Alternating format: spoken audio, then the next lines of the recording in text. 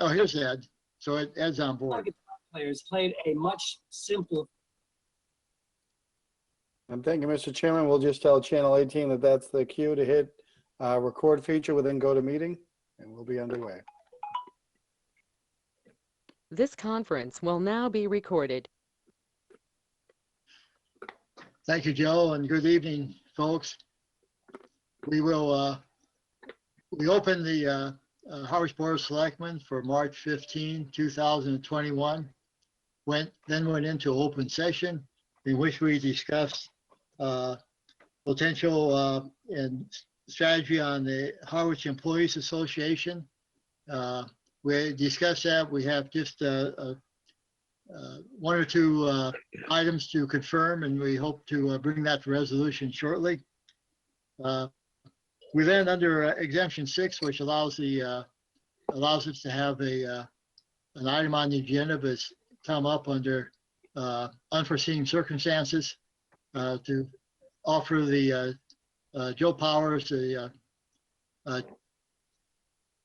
town administrator, to inform us of a potential building purchase opportunity. And then after those discussions, we've closed the executive session and moved back to open session. With that, I will start the meeting with a pledge of allegiance.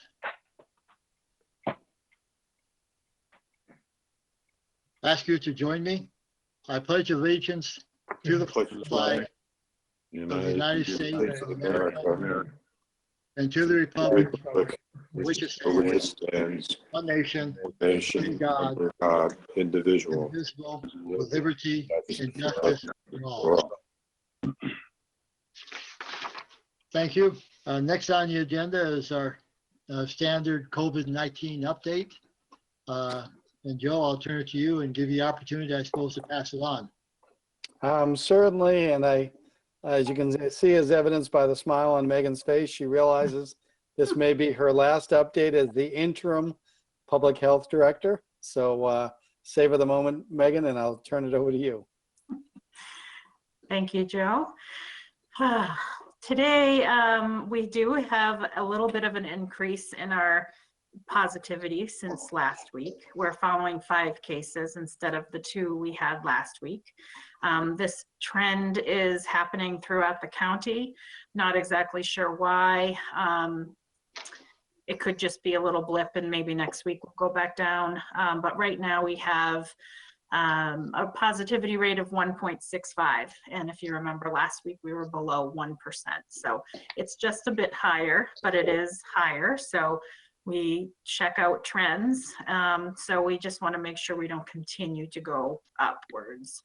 There were 911 tests administered in the last 2 weeks, and 15 of those tests were positive. And that brings our case count up to 587 cases for the town of Harwich in just over 1 year. We've been downgraded from yellow to green.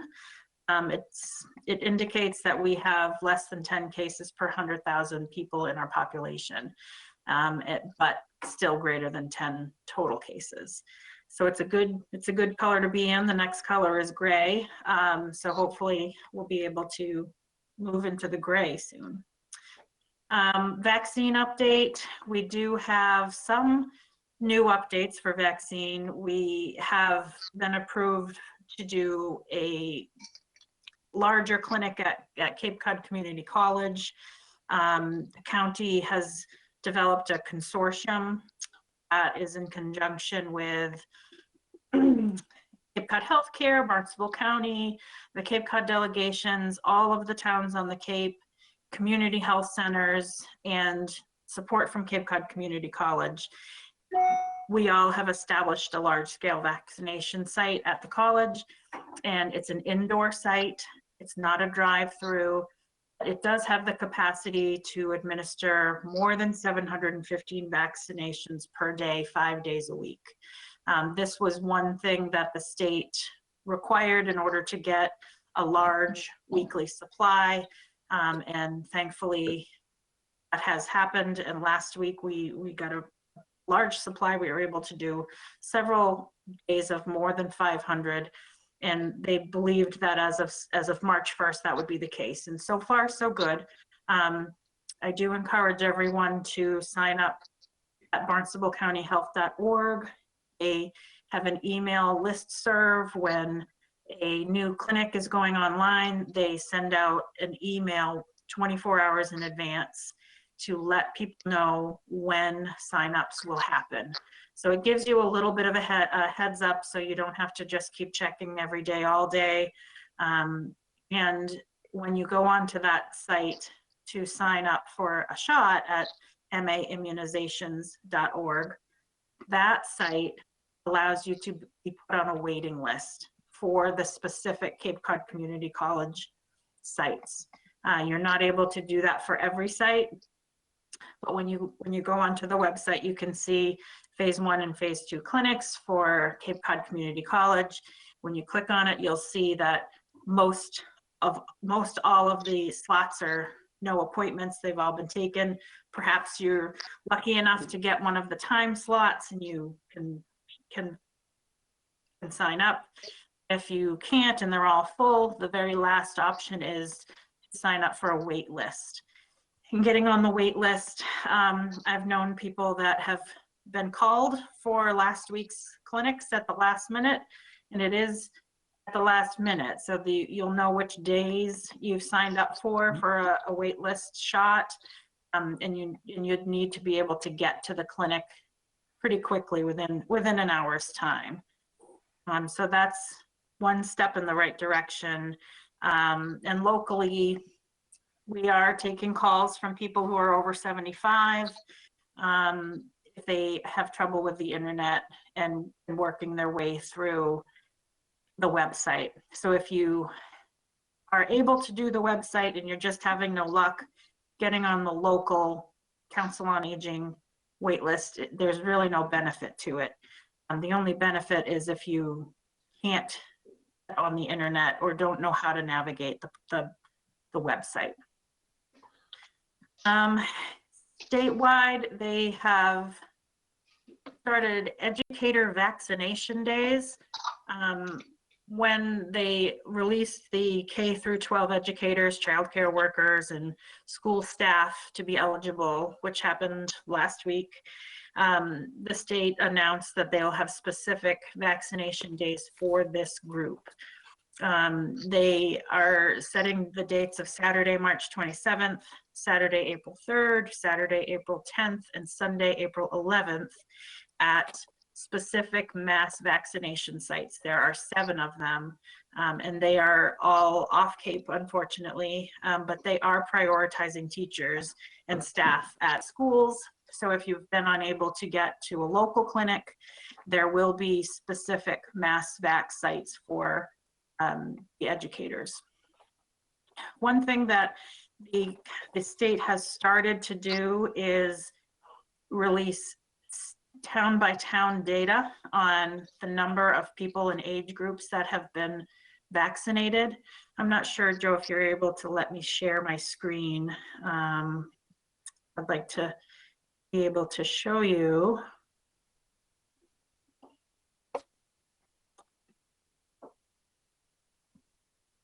This, can you see that?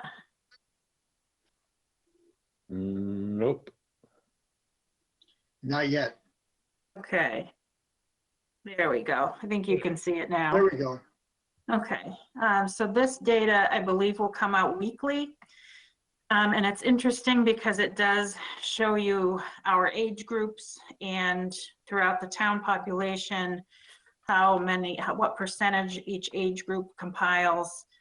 And then it tells you how many have been vaccinated with the first dose and how many people have been vaccinated with a second dose, or perhaps they were getting the J&J vaccine that only requires one.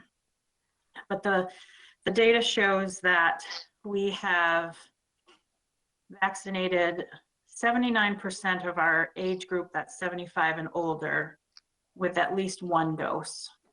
And only 38% of our 75 and olders have been fully vaccinated. That number is still fairly low. And if you continue over, we still have 2/3 of our population that's been unvaccinated. So our numbers aren't as high as I would like them to be, and hopefully these local clinics will help with that. I'm gonna stop sharing my screen. And then other things in COVID world are the travel order has been updated. We did anticipate they would update it, and what they've done is taken away the requirement to quarantine when you come back into Massachusetts if you've been fully vaccinated more than 14 days ago. The caveat is you can't have symptoms, you can't have a fever or cough, but if you've been fully vaccinated at least 14 days ago and you're coming back into Massachusetts or you're coming to Massachusetts for the first time, you don't need to obtain a negative test, and you don't need to quarantine upon arrival. You do have to show documentation if you are requested to do so. The legalities around that are still to be announced. I'm not sure who has the legal authority to request that information. And as always, testing is available through Cape Cod Healthcare as well as Outer Cape Health, and they are doing wonderful things with testing. Turnaround times are a week and a half, a day and a half. So those things are going well.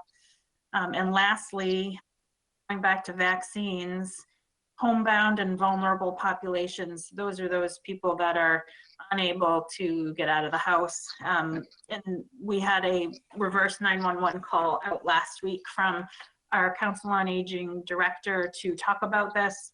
And that call went out to let people know that if you need assistance making a vaccination appointment, but you are able to travel to the college, those people can be put on a list at Cape Cod Healthcare. And then those that can't drive or they reside in a senior housing, those people can get on a list locally through the health department or through Council on Aging. If you have any questions on that, you can contact the health department or the Council on Aging. And that's all they have. Thank you, Megan. I was going to say good report. Nice, a good detailed report. It is okay. We still have to watch the trend, so we'll see what happens next week and keep track of it that way. And probably not good to take too much on one data point. So we'll see. Comments or questions for Megan? If not, Joe, it's okay with you. I'll move next to Cindy, here from the Chamber of Commerce. Sounds good to me. Good evening, everyone. A few things. Wanted to just let everyone know we have a few new owners of existing businesses that are now maybe having some new names. But if you haven't noticed, there is a new bait and tackle shop in the former Sunrise Bait and Tackle. So please stop in and see Chris and Paul. We're going to do this coming Saturday at 10 a.m. a very socially distant ribbon cutting for them at 10 a.m. on Saturday. It's located next to the Lanyard Restaurant. And with that, the Lanyard Restaurant is opening up this Wednesday, St. Patrick's Day, back open for the season. So they're excited. We have also new owners of the Turn Inn, John and Lisa August, who are very excited to be a part of the community. And then many businesses are gearing up and have job postings. We have those on our website, but just to list a few, the Nines Art Gallery, the new ice cream shop, Siegel's Ice Cream, in the former bakery section of Bonat's Bakery on the front piece of 28. Cape Roots, Harwich Paint and Decorating, and then if you have a sweet tooth, Say It Sweetly is also hiring. And then April 1st is opening day for the Wequassett Resort and Golf Club. And that's all I have, other than to also thank Griffin Ryder for a great tour last Friday with all of us. Very informative. He did a wonderful job showing us what was going to happen in Harwich Center. So thank you, Griffin, if you're on. And that's it from the chamber. Thank you, Cindy. Questions or comments? I must say the previous owner of Bait Shop, information wasn't always correct. He would tell me where to fish and I didn't always catch fish there, so. Well, these guys, I met them the other day and they kept wanting me to touch night crawlers. And I'm sorry, I wasn't touching anything squirmy or anything, but they told me they have all of everyone's saltwater and freshwater fishing needs. So they're full service and ready to help. Okay, thank you, Cindy. Comments for Cindy? If not, we'll move to public comments, and we got a email, I guess 2 weeks ago now, from the Harwich Fund of the Cape Cod Foundation. It came to Michael. He forwarded it to me. The request was that they wanted to talk to someone from the Board of Selectmen. Michael agreed to spend some time with him to get some feedback as our spokesman, but we took the opportunity to ask them to make a short presentation to us tonight, because I wasn't myself familiar with the Harwich Fund. And so I'd open that up, and I think, Brian, you're on the... I am. Thank you, Larry. Can you hear me? I can, thank you. If you can give us some background on what you're up to, that would be great. Sure. We're not even quite a year old, and I see a friendly face with Cindy Williams, who helped us with our launch last May. And we launched our program with the mission of Harwich helping Harwich. And we did this, and we're underneath the umbrella of the Cape Cod Foundation. If anybody is familiar with the Cape Cod Foundation, they really address the needs of the entire Cape and islands. What the town fund of the Harwich Fund does is focus on the needs of those in Harwich. So we're a permanent endowment, and we're really trying to focus ourselves on the unmet needs of the town of Harwich, and it's that simple. Because of the pandemic, though, we decided to focus almost exclusively on health and human services. So our initial grants were to the Early Childhood Advisory Council for with Lucy Gilmore, with a grant toward family activity kits, because daycare centers were closed and they were focusing on the needs of the parents that were trying to address the developmental needs of their children. We also worked with Sheila House, who I believe is a member of this body, and being the youth counselor in town, and we helped to fund the 2020 outerwear program for coats and boots. And then last but not least, we were able to grant to the Children's Center of Harwichport, the daycare center that needed some help in purchasing additional playground equipment. And it's to the tune of $6,500 of grants that we were able to do in our first year. And the reason we were able to do that is because I feel like we had a very successful launch. We had enough donations that we brought in. Thus far, we've got over 50 Harwich resident donors.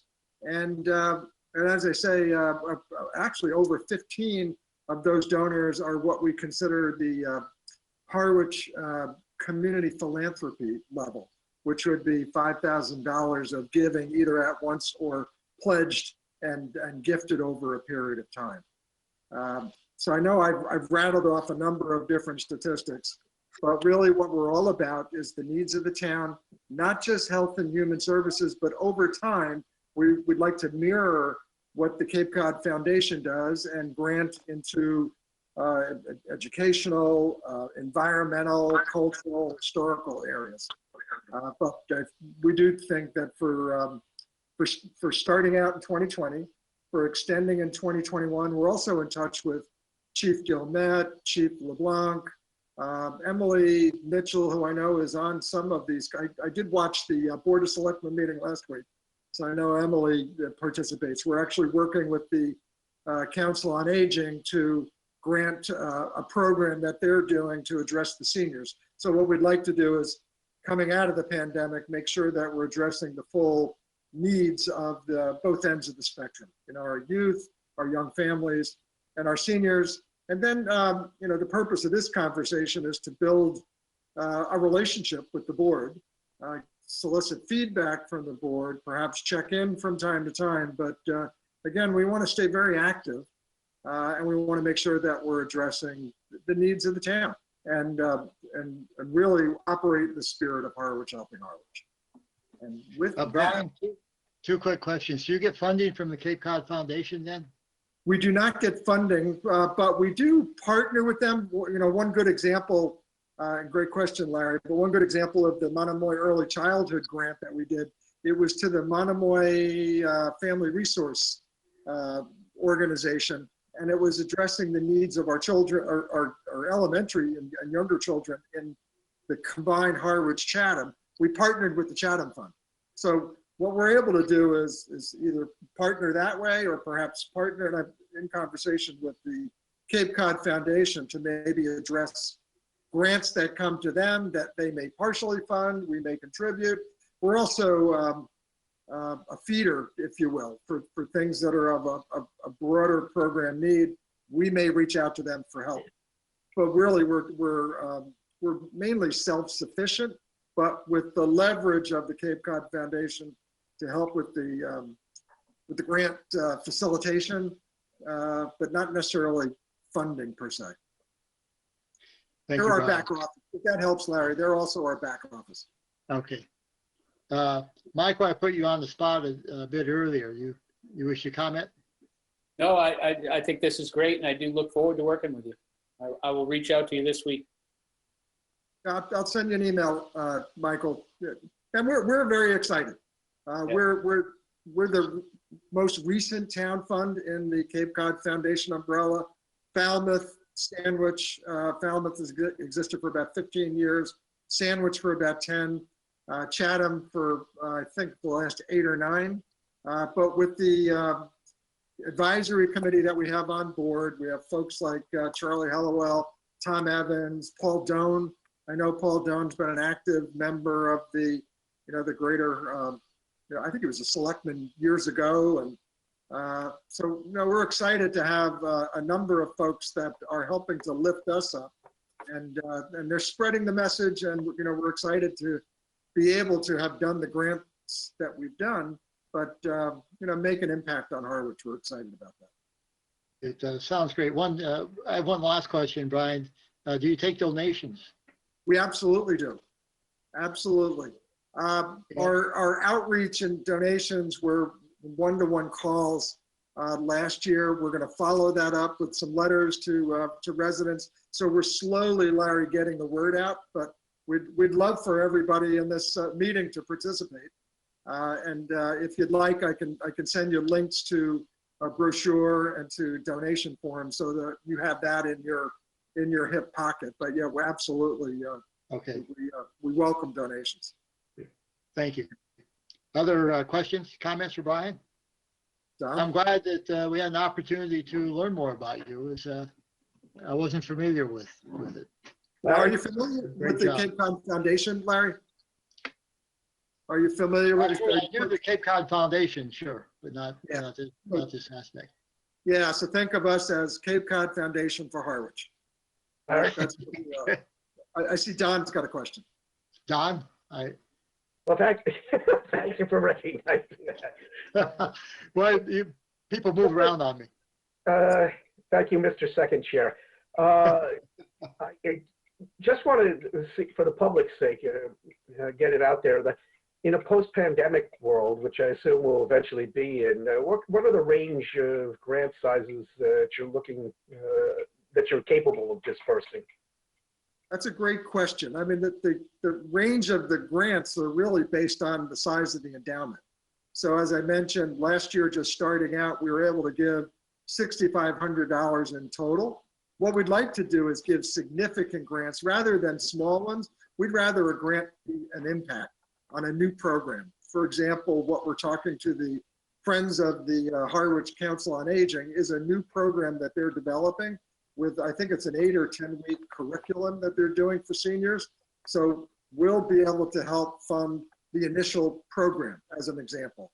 So what we'd like to do is have very impactful, but the more we can build in the endowment, and it's in perpetuity. So as we start this engine up, it's here for our children and grandchildren. So it's really predicated. The more we can bring into the endowment, the greater we can do for the grants. Thank you. Is anyone else I missed? Thanks again, Brian. All right, thank you for having us. And thank you, Joe. We had a nice chat with Joe earlier, so thank you, Joe. Thank you. Look forward to working with I you. forgot that. Yeah. Moving next to departmental. Mr. budget Chairman, hearings. if I could, we did have a request that came in specifically under public comments. I'm not Okay. sure, Sally Urbano wanted to be recognized. Wasn't sure if it was under public comment or related to a budget or something. Hello, Sally. Hi, it was later on when you discuss some of the warrants, if that's okay. Okay. Okay, thank Sure. you. And Mr. Chairman, before you move on, I do want to take this opportunity, given the size of the audience that we have engaged in the meeting. The board is aware of this, but just announce that the board will be meeting next week, the week of March 22nd. On March 22nd at 5:30 to conduct 2 license hearings. Again, that's Monday, March 22nd. The Board of Selectmen meeting will be related to license hearings. Hearing at 5:30 p.m. will be for Ember. The hearing for the port is scheduled for 5:35. Only because we had to post them separately. We'll be dispatching one and then going to the other. So then the board's regular meeting for next week will be Wednesday, March 24th at 6:30. So again, very quickly, 2 license hearings that will occur on Monday, March 22nd at 5:30 p.m. And then the regular board meeting Wednesday, March 24th at 6:30 p.m. Thank you for that, Joe, and that reminder. Thank you, Mr. Chairman. Moving next to department meetings. This is a joint meeting with Finance Committee. John, do you wish to call your Finance Committee to order? Yes, thank you, Larry. And hi, my name is John Chory. I'm chair of the Harwich Finance Committee. And I'd like to do a roll call vote on members. And if the members could activate your camera so I can find you a little bit easier with the number of people here, that'd be great. Okay, Mary Anderson?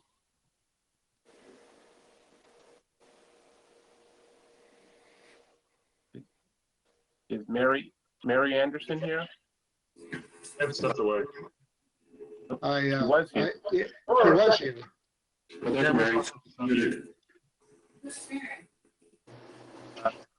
Oh, she's Yeah, back. Mary. Hi, Mary. You're muted.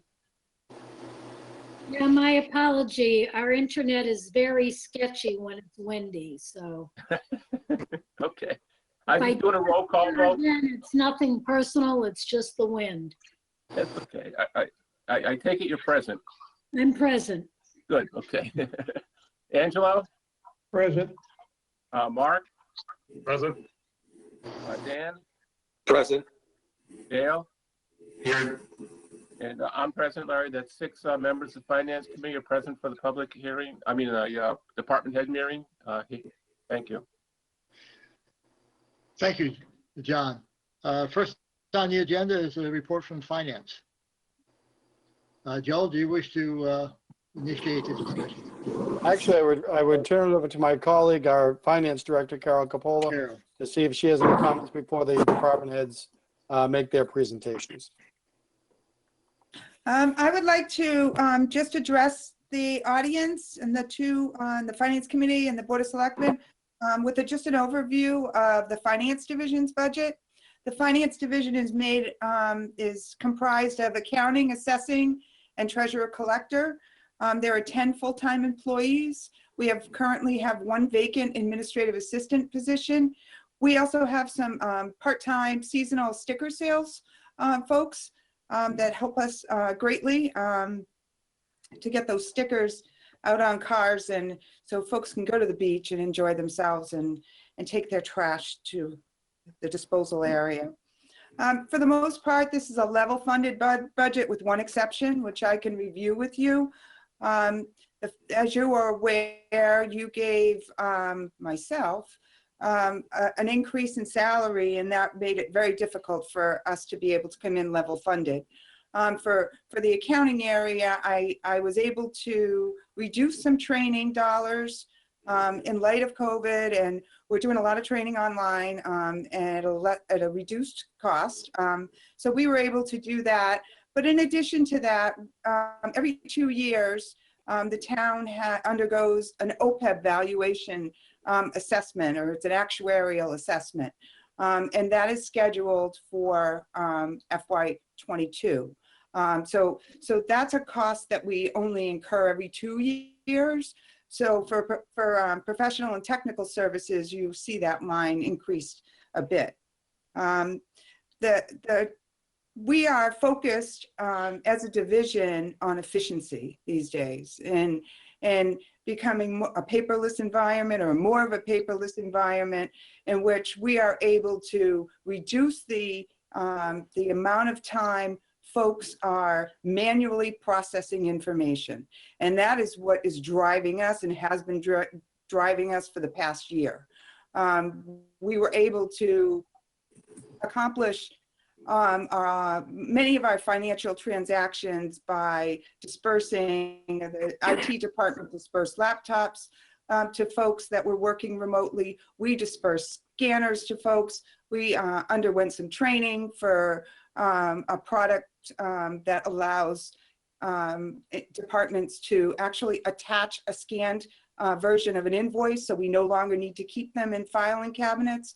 So this has been our focus, will continue to be our focus in the next year, and probably the next 2 years, is to become more efficient, to save precious taxpayer dollars. Because as you know, and as you're aware, personnel costs are significant, between actually salaries, and then in addition to benefits, and then long-term benefits, such as, we talk about OPEB, and it's other post-employment benefits other than pension. So it's that health insurance, the life insurance that's being provided to retirees. And so we are doing everything we can to put our absolute best foot forward, to make sure that we are productive, efficient, and we're able to, in the near future, I believe, able to save precious taxpayer dollars. So that is our focus. I'm going to kick this off so that you can hear from the assessor next, because I'm sure she'd love to speak to you.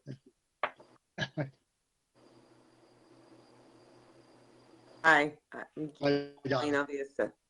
can you hear me? We can. Okay. So we did reduce ours for the budget for the same reason. We reduced some of the contracted services, which is our, a big part of our budget. That's PK valuation groups who go out and do inspections on properties for us, as we don't have enough manpower to do so. And because of the increase in salary. So those are the two major parts of our budget: salaries and contracted services. And we have gone down also on supplies, office supplies and stuff, as Carol was saying, because of the reduction in paper. Thank you, Donna. Thank you. Amy, would you like to talk about your budget, please? Sure. So overall, my budget is down about 3%. There was a 1% increase in salary, and that's due to step increases. Our due subscription and travel line item was reduced by 80%, and that's mainly because last year our annual treasure collector school was canceled. I have no idea what's going to happen with it this year, but 2 years ago, my assistant was certified as assistant collector. So, and she's not going to be here long enough to be certified as treasurer also. So nobody's going to school this year. So that's the overall for my budget. As far as tax collections for this year, we're up about 2% for real estate and boats, down just 1% for personal property, and up 18% for motor vehicle, because we got those bills out about 3 weeks earlier than normal. And that's my overview. Okay, good. Thank you, Amy. You're welcome. We would be happy to entertain any questions that you may have. Carol, we're going to computerization to help out, and we have Foster on next with IT, but I think you might want to comment because a lot of your activities on the computerization is across different departments to make the whole system work. You might want to expand on that. It's more than just your department that you're trying to affect. Correct. We're working hard. We're working with all departments on utilizing, and honestly, these are modules that the town has purchased in the past and has owned for many years that have not been implemented. And some of it is one of them, for example, is an employee self-service. So an employee can log in to our ERP system or the town's ERP system, and they can make changes to their address. They're able to access a copy of their W-2, access a copy of their direct deposit statement. And right now, those direct deposit statements are being printed. And they're printed and sealed, and there's a cost associated with that. That's one example.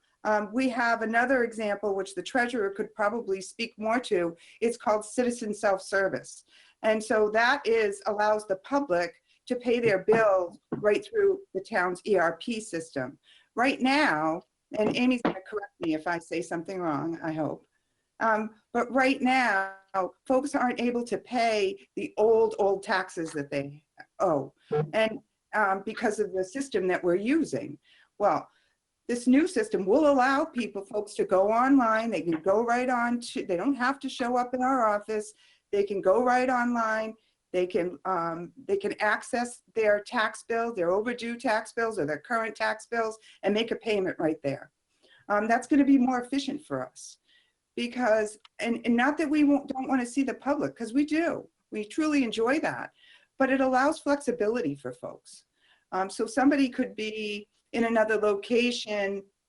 Let's say they are wintering somewhere nice and warm, and they want to be able to come in and pay their tax bill. It's super easy for them to do that. So that's two of the examples. One of the other examples that we're right in the middle of implementing right now, it's a content manager. So that is where different departments are able to scan an invoice, upload it right into when they're entering the invoice, and there's no paper copies that have to come to the finance office. There's no paper copies that they have to retain. And that's important because we're running out of real estate too. So real estate is in space to place file cabinets in our buildings. So those are just some of the examples of the initiatives that we're undertaking right now. I'm also working with the town of Yarmouth to discover whether accounts payable automation is possible for Harwich. So we're working together on that initiative, and I'll be able to bring more information to you once we've, I guess, discovered some more additional information. Thank you, Carol. And Amy and Donna. Let me ask other questions or comments. Michael? No, I just wanted to thank the three of you and your teams for your sacrifices in this budget. Great job. Steve?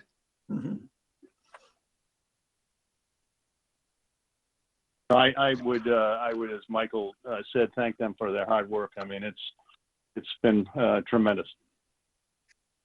Thanks, Steve. Don? Same for me. I appreciate everything they're doing. Ed? Yes. Yes. Very, very well appreciated. We all agree. I think my only frustration is I get a tax bill and I like to pay them right away so I don't lose it because I'm not that neat. And sometimes they're not ready to accept payment online until a few days after I get the bill. So I have to remember to not be so impatient. But it works very well. John, you want to turn it over to your committee to follow up? Yes, thank you, Larry, and thank the presenters there. Mary, any questions? No, just I'll be very impressed if you can reduce the amount of paper we seem to shuffle around. Hats off to you. Mark, No questions. Angelo? I think he said no questions. Dan? Yes, I have a question. It's pretty much for my own edification. The annual financial audit, is that a bid service, and how often does it go out for rebid? It can be a bid service. It's exempt from the bidding requirements. When I first came to Harwich in 2017, we did go out to bid for the audit. We had 3 responses, and Powers and Sullivan was selected. So typically you would want to retain an auditor for a minimum of 3 years, probably more like 5, because there's so much work that's for them to be familiar with the internal controls and just the organization as a whole. So we certainly are not opposed to going out again to bid. That, you know, the audit firm has, in my opinion, done a very nice job with the town of Harwich. I was familiar with all 3 firms that responded, so, you know, it really didn't matter which one we selected, but certainly this one has a particular eye on internal controls and risk assessment, which, you know, I truly appreciate as well, because I like that second look over your shoulder. And how long have they been the auditor? So they started in FY, so it would have been fiscal year 17. Okay. Okay, thank you. Dale? I fully support your paperless initiative. I think that's a great idea. I have no questions. I have really no questions other than the thank you 3 ladies for, you know, keeping the financial engine of this town of Harwich running during these challenging times. That's no more from the board, Larry. Thank you. I think I'll end. John, I guess I need to give you an opportunity to close your meeting then. As you've gone through the financial, where obviously you can stay in place. Mr. Chairman, we have three other groupings, items B, C, and D. Okay, sorry about that. John. We'll let you guys stay.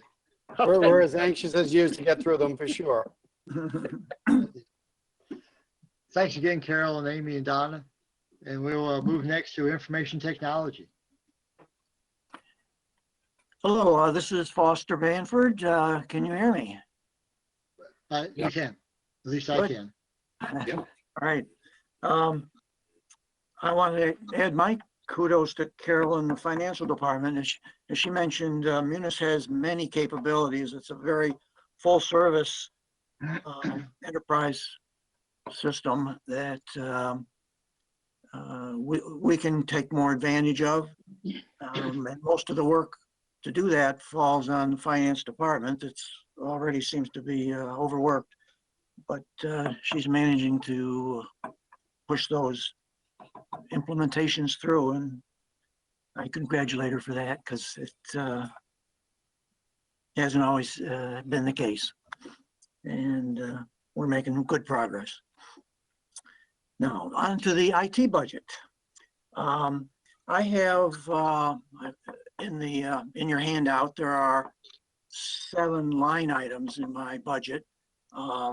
3 of them have some substantial changes to it, and 4 of them are pretty much business as usual. I'll go through those 4 first. They're pretty easy. Munis is one of them. It has a cost of living increase, pretty standard in there, of about, I think it's 2.9% budgeted. The telephones are under the IT department. We have quite a few landlines in the various buildings in our Centrex system, which actually is about 90 lines. And we also keep a trunk line into our ShoreTel phone system here that will handle 24 calls at a time. Those systems and our our ShoreTel system have about the same budget as they did last year. I think there's a 1.2% increase in that line. The third one is internet and communications. Again, some small increases. Our internet website support system is Civic Plus, and a small piece for the Civic Ready, which does emergency communications. It gets word out to the town when there's an emergency. We've also beefed up the town hall internet service as faster speeds are available, because especially with working at home and with all our services migrating to the cloud, the internet is incredibly important to us, and we actually could not carry on much of our work without it. And the fourth item is just printer supplies, which were consolidated in the IT department, just in the name of getting the best rates on the supplies that we use. Now, moving on to the items where there's some significant changes. The one numbered 530902, which is support, has increased from $39K to $96,000. So obviously more than doubled. And that's because we have changed the way we're getting some of our major services. We have taken the line item professional and technical services, where we were hiring an as-needed local company to come in and support us on an hourly basis at a cost of about $20,000 a year. We zeroed that line out and moved it into the new support services that we're getting from a company we've contracted with called HubTech. We've also moved some projects out of the line numbered 542013, which is hardware, software, and virtualization. That line item has dropped by a little over 42,000, and we moved that also into the support group, and that's how we're budgeting for the new services that we're getting from HubTech. HubTech is I guess we'll call them a enterprise solution consulting services. They monitor, they're doing work to monitor our systems, providing updates on systems that are on site, like our mail server, which they have the training and expertise to keep running. That is hard to provide because of all the training and complexities of it. So the overall budget is about the same, but those three lines have moved to fund our new way of getting support services from the HubTech company. And that's my summary. Any questions? Thank you, Foster. I'll start with the questions with Don. Yeah, thank you, Mr. Chair. This isn't about money per se, but I mean, everything, all activity winds up costing something. So question I have, Foster, is I've taken note of, I'm interested in this kind of stuff. Over the last couple of months, there have been increasing incursions, especially, well, from Eastern Europe and especially into local governments. I'm just wondering how robust everything is, or whether we need any upgrades in that area, because as you and I have discussed, if our data gets compromised, it's going to be hellish to come back again, especially with the dependence on the internet that we have at the moment. Well, I hesitate to say that we're ever fully covered. It's because as you read in the newspaper, sites are compromised every day, and recovering from that is can be time consuming and expensive. But on the other side, I think we are very well covered. And we've also engaged HubTech to do an analysis of our systems, make recommendations and upgrades where needed. You know, and as you said, we have had some conversations and gone through an analysis in the last few weeks. And you know, we are pretty well covered in that all of our email goes through a third party filtering. We have antivirus software. And we do have the processes in place to do the kind of best practices checking as far as I know, but I'm kind of welcoming another review by HubTech. But that was actually what I was leaning towards, is that's in part what HubTech is up to, as a line item that you've included this year. They will take on projects as we ask them to. And we've been in conversation in the last couple of weeks about new projects, and that is one that we're talking to them about. Thank you. Okay. You do a lot of work with just one person. I appreciate it. Well, I'm glad we're getting some expert help from the new consulting company too. It's very helpful. Thank you, Don. Ed? No, just on a personal note, Foster, I appreciate all the times you've explained to me how to make sense of my computer at times when it's misbehaving. So I've always very much appreciated it at this time. Thank you. Michael? I have no questions. Thank you, Foster.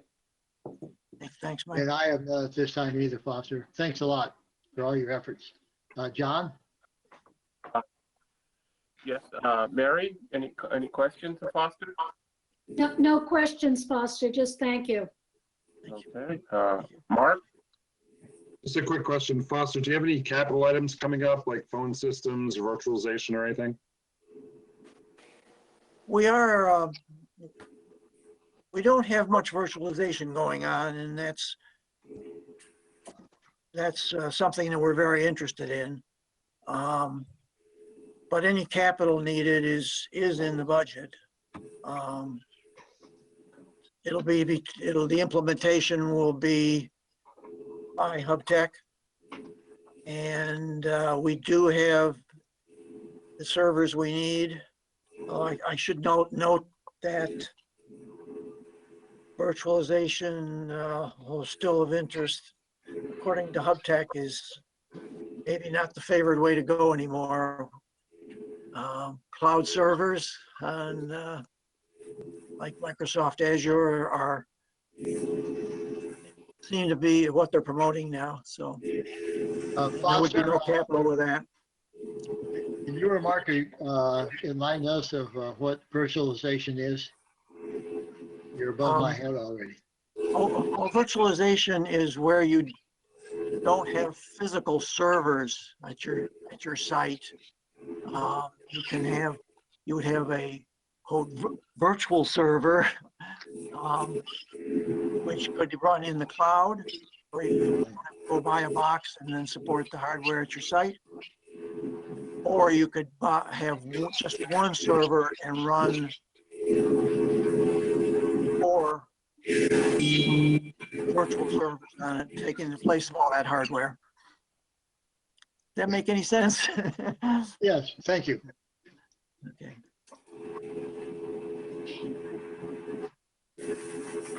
Dan? I have no questions, John, but thank you for your service, Foster. Thank you. Dale? Thank you for your presentation, Foster. I just have one question. As you move to outsource the support services, which I think is a good thing, you know, give somebody who does that all day for a living, do you have any measures in place to monitor the quality of the services? Well, I would say really the only thing that that we probably would be doing would be measuring its uptime. You know, is it, you know, it needs to be 99.9+% available. You know, if it, you know, if it isn't, then they're probably going to get a failing grade. That's the goal here, and if it isn't, I hear about it, and it's a realistic goal, and you know, really needed to run the business. Are there any support services around human interaction, like calling in for support on an application? Could you clarify a little bit? Yeah, I was thinking of support in terms of if you're having a problem with an application, you need to change your password. You need to, you know, your program seems to be, you know, incorrectly crashing on you. Who do you call? Oh, okay. So, you know, that kind of varies depending on the application. For example, with Munis, we pay for support along with our annual fees to them. And they have a system, an online system, and a phone call you can make. We generally use the online system and just, you know, put in a support ticket. It's the same way with HubTech. They have an online system, and you put in the ticket, and both of them are very good about calling back, especially if you flag it as a high, you know, high need request.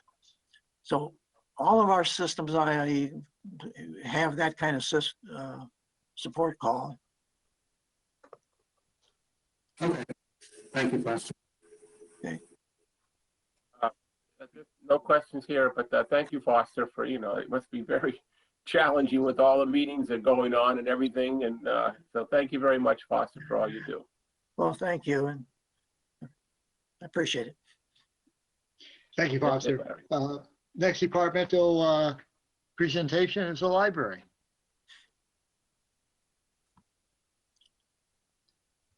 Good evening. Hello, Jenny.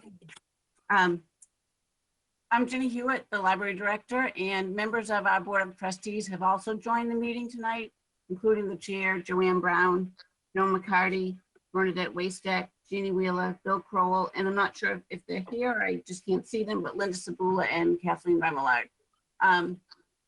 This past year's been a very unusual year at the library, after being prohibited from loaning materials to the public at the start of the pandemic.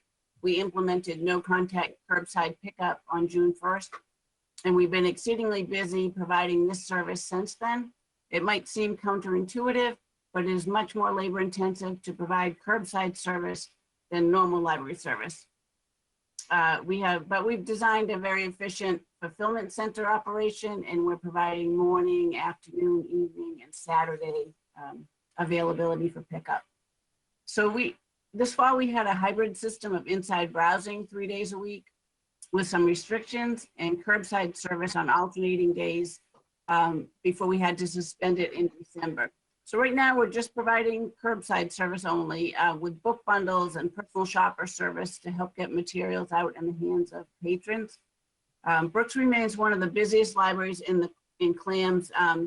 We're checking out 33% more to more than double the number of items checked out at comparably sized libraries, including some in neighboring towns. In addition to lending physical materials, we also provide access to ebooks, downloadable audio, streaming movies, online newspapers and magazines.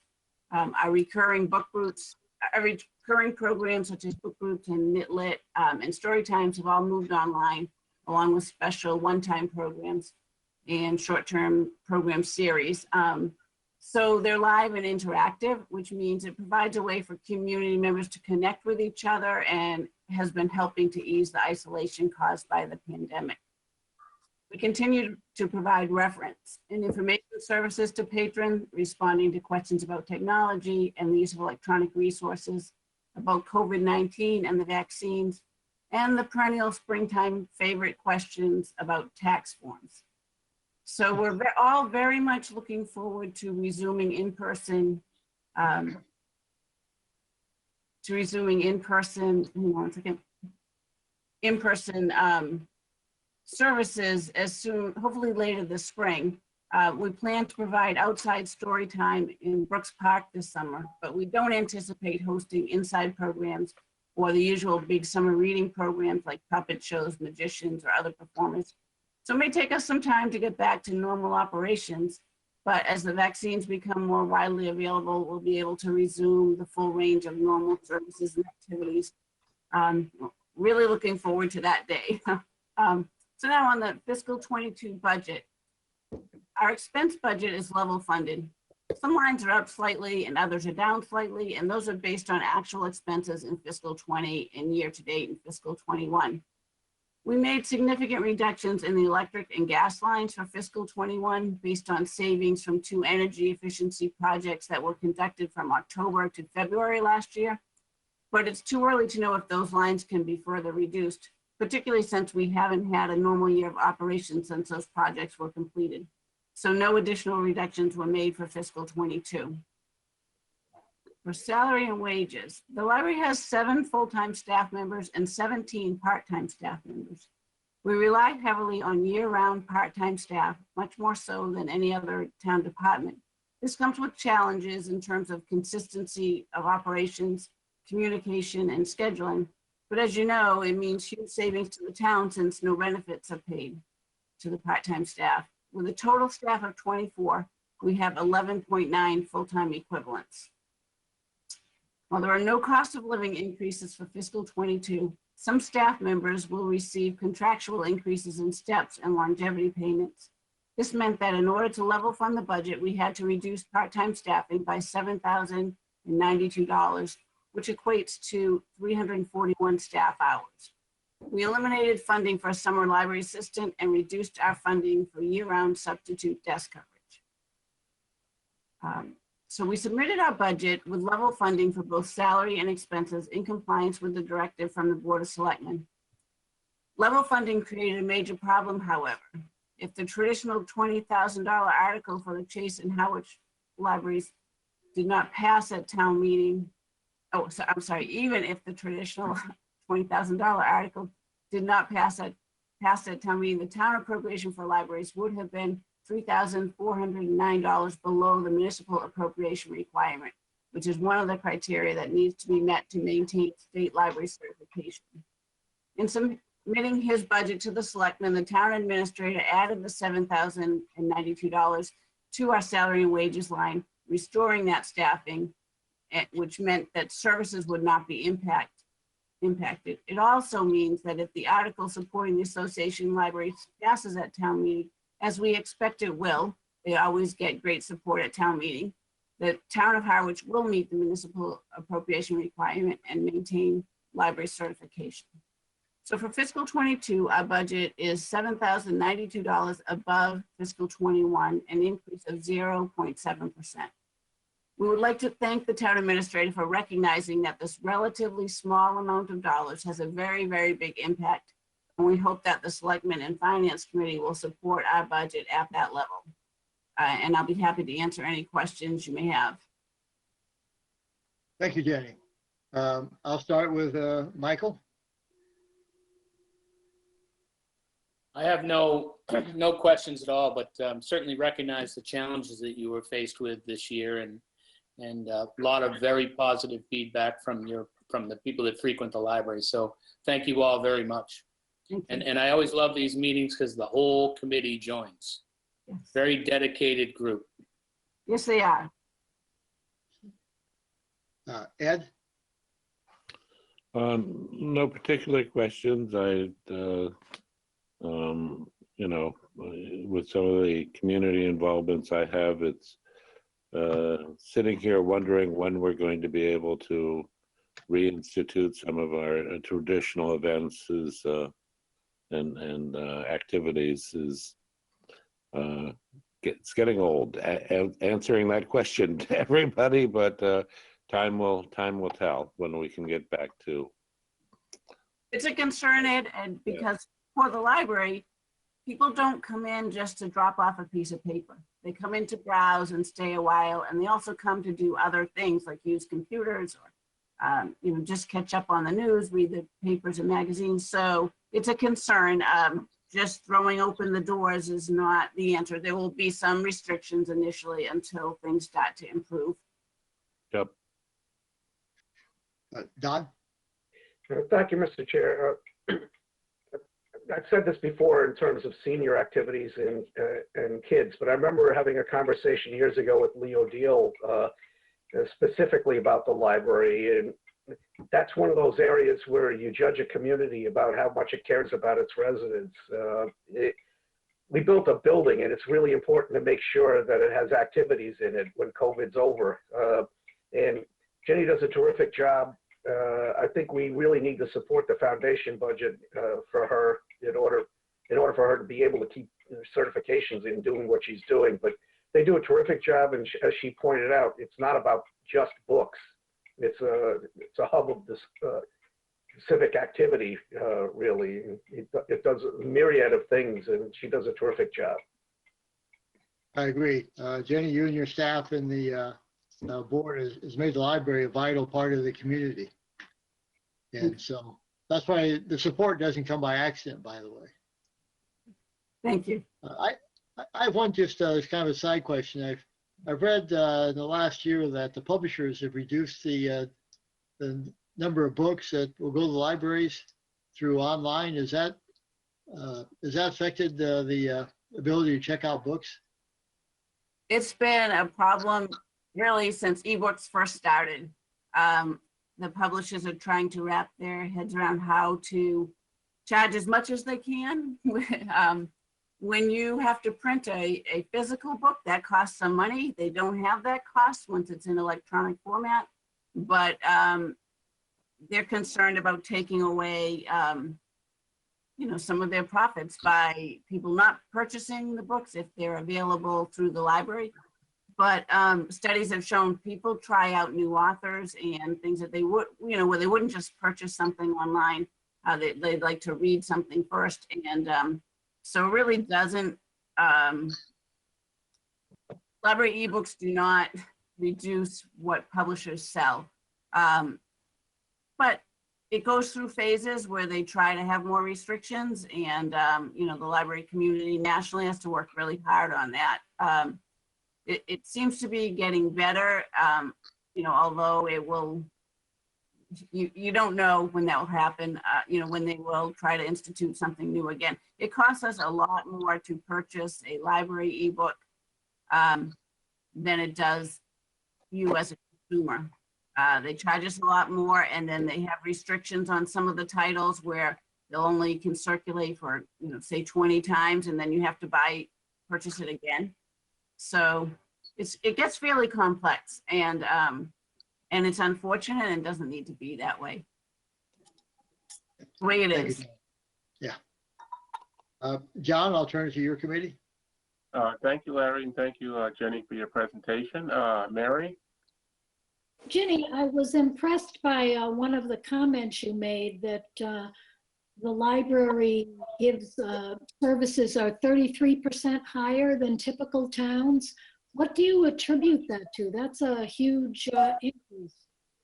I think that we have always been customer service oriented, and with longer hours, and even, with our curbside service, we made sure, what I see a lot of libraries doing is they may have curbside service a couple days a week, or it might be 10 to 2 or 2 to 4. That doesn't help the working people, and no Saturdays. So that's just a small example. I think that all of our staff really is customer service oriented and thinking about how does this affect the patrons and how can we get materials in their hands. So I think that, yeah, a lot of it has to do with that, I think. And I think that that isn't just, I'm not just like patting myself on the back. All of our staff feels that way. We have excellent staff, and that's really their first concern. Great, thanks. That's a great story. Thanks. Mark? No questions. Angelo? No questions. Dan? Hi, Ginny. I have one quick question. During the course of the year, the library purchases books for its patrons. And how are those purchases financed? Through the town budget. There's a line in the budget. Is that part of your operating expenses? Yes, it is. There's a line. It's actually listed as, Dan, it's under library materials. Let me find the line. It's well, hang on, I'm looking at the wrong. I'm looking at a partial code. It's called library materials 5100 is the object code. Let me find it on them. See if I can more detailed. Okay. Here it is. All right, I'll give you the whole line. It's the web code is 016102, and then the object code is 551000. It's So that's all of that $274,820. Your operating expenses? All operating expenses. Our budget for library materials is $57,660. And that's to meet the state requirement. One of the others, another state requirement for certification is that the library spend 16% of its appropriation on materials for the collection. So that's books, audiobooks, movies, electronic resources, things that are used by patrons. So is that that amount of money, is that part of the $264,820 for your operating expenses? Yes, it is. Thank you. Yeah, that is a huge difference compared to say the community center, which wouldn't have that piece in it. It's it looked like a pretty big number, so I figured there was something in there that really boosted that that category up. That's what it is, yes. Yeah, thank you. Thanks. Dale? Thank you, Jenny. I have no questions. Okay. Just a great job, Jenny. And, you know, I think I can partially answer that 33% increase. I think it's my wife. You know, she she gets about four books, 5 books a week up there. So, great job. And it's, you know, even in this technology age, it's just amazing that the use of, you know, an old-fashioned library gets. So great help to the town's folks, and thank you and your staff, Jenny. That's it, Larry. Larry, I have a comment. Bill Crowell. Bill, yes.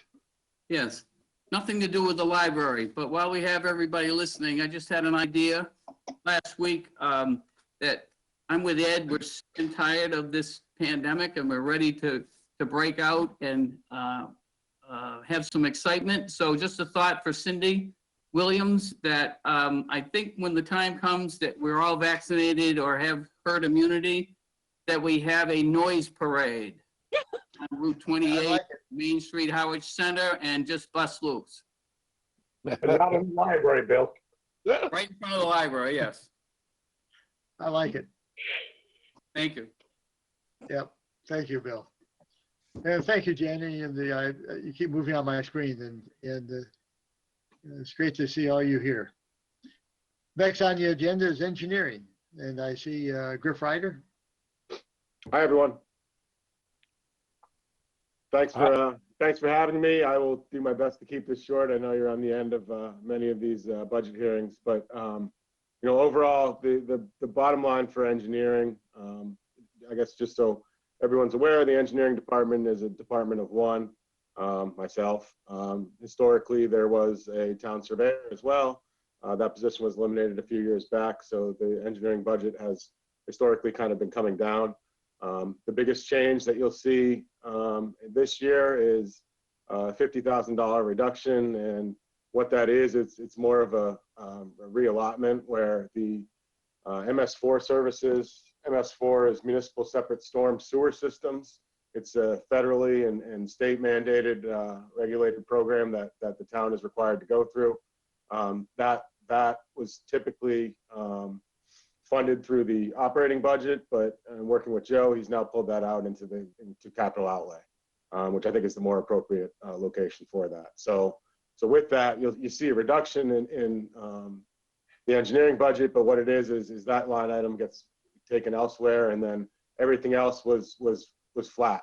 So there was no increases in any of the engineering budget line items. You know, there was a number of internal shifts that are happening in order to fund software and things like that that are needed to operate day to day. But the bottom line is there's not an increase overall. With that, I'd be happy to answer any questions. Thank you, Griffin. Don? Thank you, Mr. Chair. More of a comment. I mean, I really appreciate Griffin being innovative and stuff in general, but given where his budget is and how he's held the line, I also want to point out, having been involved in town government for over 25 years, he's absolutely the best engineer we've had. I mean, we've been loading things onto this guy's plate, and he has never turned down anything. He's done procurements, he's done reevaluation along with the group of 5 that Joe has collected for scoring. I mean, he's raised my confidence level in the overall core service that he provides. Thank you, Don. Michael? Yeah, I'd echo Don's comments, and thank you, Griffin. I guess the one thing that's been in the back of my mind is, to Don's point, the amount of things that are being loaded on your plate. It wasn't too long ago, we had a town surveyor and we had a full-time town engineer that wasn't, as focused on procurement to try and get us caught up from the backlog that we're in. Any thoughts, and maybe Joe answers this and not you, I guess I'll let you guys decide. Are any of the departments suffering, or is the town suffering at all from not having the surveyor, not having the full-time engineer? And I guess with that, are we looking into the future, are we going to need more and have to start thinking about budgeting more with your increased responsibilities? So Selectman McCaskill, if I could, I'd like to start with that and say bluntly that I think the department that suffers the most is Griffin's Department of Engineering. You're absolutely right that, and as Selectman Howell had said, from the moment that Griffin started with us, he has been overloaded, overburdened, and despite all that, gets a tremendous amount of work done. I can say that because Griffin and I started about a week or 2 apart from each other, and we both knew when we first started that I was responsible for procurement regulations, and he was responsible for procurement specifications. And so his role has grown exponentially in that. If I can say it, because I don't know that Griffin will, Griffin is not only worth his weight in whatever value we want to ascribe to that, but the immediate impact that he's made is he's been able to really redirect and help department heads come up with specifications, because that needs to come from the purchaser first. And one of the things that Griffin has done that ties back to the administration budget, as I talked about the other day, is bring in other engineers that are necessary. We know how long the White House Field and Brooks Park lighting projects were held up, but Griffin and I know exactly why that was, and because it hadn't been vetted. So Griffin has done a great job about reaching out into the engineering fields in general and being able to tie into experts that can make an immediate impact. But the long answer to your short question is, in my opinion, the engineering department is the one that suffers, and specifically, it's Griffin that's been then suffering professionally because he's done so many other projects. I've been reluctant to address the issue directly, only insofar as I understood it to be a decision of the administrator and the board to sort of reorganize engineering and surveying.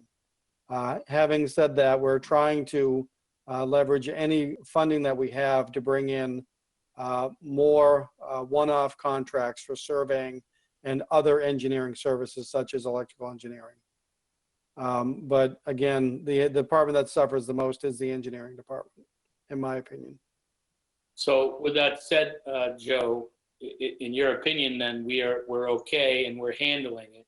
and there's nothing in the near future for the board to think about as far as professional services, and hopefully we'll get caught up and Griffin can get back to his department. Yes, absolutely. And the timing is great because today Megan Eldridge began her mandated three required courses that we've all had to take if we want to be in the procurement world. And so bringing Megan on board, I'll let Griff speak to the benefit that he's seen, but the two of them working with me, I think we continue to make an immediate impact. And so, yes, in the short term, we're covered, but I do look for the day, I'm sure as Griffin does, that we can have administration handle the vast majority of procurement and return our engineer to his natural habitat of engineering. And I can, if I could add to that, Michael, thank you for the question. I think, since I've come on board, there's been a number of changes that have happened, and we haven't necessarily been fully staffed in the procurement department, without having a full-time assistant town administrator. So I really, Megan and I we meet daily, and I'm really excited with Megan coming on board full-time that we are going to be able to get ahead of it. We've already talked about, how we can create efficiencies and whatnot moving forward. So, I look forward to bringing back more ideas to the board in terms of how we can, make procurement more efficient. But I think, we have been keeping afloat. It is hard to balance everything and keep all the balls in the air, but I think we're doing it, and I think we're just going to get better now that Megan's here full time. Thank you, Griffin. And I do think that there's still room on your desk for a third and fourth computer, but I'm not sure your contract allows for it. But thank you very much for all you've done. Thank you. Ed? No, I have been of recent working with Griffin a bit on this Harwich Center project, and gotten to see his life a bit more on the day-to-day basis. And it's obviously excelled in engineering 101J, the course on juggling, because you're constantly moving seamlessly from one project to another all day long. And it's I want to thank you for that effort. Over the past year, have we had to go out and retain surveying services, and how often? We have. We've tried to minimize it, quite honestly, but there are a couple of surveying procurements that are on my desk that I just haven't had a chance to get to. We've probably procured, I don't know, probably 4 or 5 different jobs that we've done where we needed to identify property lines or things like that. There's a couple larger ones that I'm working with Amy on that I just need to get back on, but a handful of times. Okay, thank you. Okay, I'll just say what the others said. I think part of the success, Griffin, you're having is your attitude. 100% positive all the time. And when you're under pressure, that's not that easy to do. So I think that's a factor. John, I'll move to you. Thank you, Larry, and thank you, Griff, for your presentation. Mary? No questions. Hats off to you, Griffin. Sounds like you do amazing work. Mark? No questions. Angelo? No questions. Thanks, John. No questions. Dale? Thank you for your presentation, Griffin. I have no questions. I just want to compliment you also, Griffin. I know you're working very hard on a bunch of projects. We've talked a few times on different projects, and I'm really glad too to hear that Joe, you, and Megan are, and the whole procurement is really getting straightened out up there. We have a lot of backlogged procurement projects, as we all know. So thank you for that, and we're making great progress. Thank you, Larry. Thank you. I tried to shortcut this before, but this is the last department meeting. We started this a week ago. Went through departments then again on Friday morning and on Saturday morning. This completes it. I certainly want to thank all the department heads and committees for participating. Joe, I do want to end with turning it over to you for summary comments and conclusions. Thank you, Mr. Chairman. You've covered most of what I would have said in that this does conclude our review of the operating budget, the operating budget for departmental budgets. More to cover, of course, including next week, this evening and next week, a broader discussion of the education budgets. But at this point, I think I would turn it over to your colleague and your counterpart on the Finance Committee, because I'm sure he's going to want to mention his committee's big event tomorrow evening, March 16th. John, that's a setup for you. Great. Thank you, Larry. And Joe, you're reading my mind. It's one thing I wanted to get into. First of all, thank all the department heads that are on the meeting tonight. And I think it's been very informative, Larry and Joe, for our board to hear these department heads and the makeup of individual budgets in the town. And thank you for pulling it off and getting it organized. And just a reminder, tonight at the Finance Committee tomorrow night, we have a public hearing on the operating budget that Joe's going to present. And after the close of the public hearing, we're going to start right in on the town warrants, start discussing them and start voting them because we're very short on time. So thank you all for participating. And if you want to stay on, Joe, I think we'll be presenting a little bit of an update on the school budget. There are some warrants. If not, I'll be staying on and I'll take notes and relay those tomorrow night. So thank you all. And thanks again, Larry and Joe. John, at this time, you actually I got to do a roll call. Sorry. Mr. Chair, if there's going to be John plus a few more members, that constitutes a quorum. They all can't stay unless he just stays individually. It's your call, John. John is right. I think I'm going to do a roll call vote to adjourn this meeting, and then we're just going to be listening, but I don't know the technicalities of the rules there. We won't be voting or discussing anything that is being presented. Okay. I mean, what I'll do whatever folks say, but it's just I guess we're just dialing in as public citizens at that point. I'm just listening, and I'm sure all the members are just listening. Yeah. Okay. I'd like to do a roll call vote to bring this department head meeting to a close. Excuse me, John. I have Mark has his hand raised. Oh, sorry. We need a motion, so shall I move? Yes. So I'll move to adjourn our meeting. Okay. Mary? Mark? Aye. Angelo? Aye. Dan? Aye. Dale? Aye. And I'm an aye. That's six to adjourn, Larry. Okay. Thank you, John. We have nothing on consent agenda tonight. Next is a new business. Joe? Thank you, Mr. Chairman. First, I need to start off with an apology and my zeal in recognizing the individual that I've named as our new health director. I neglected to honor the spirit, intent, and the law of the charter, and I apologize for that. So this agenda item is to correct that. So what I would be seeking this evening is the board's affirmation of my appointment of Dr. Kathleen A. O'Neill.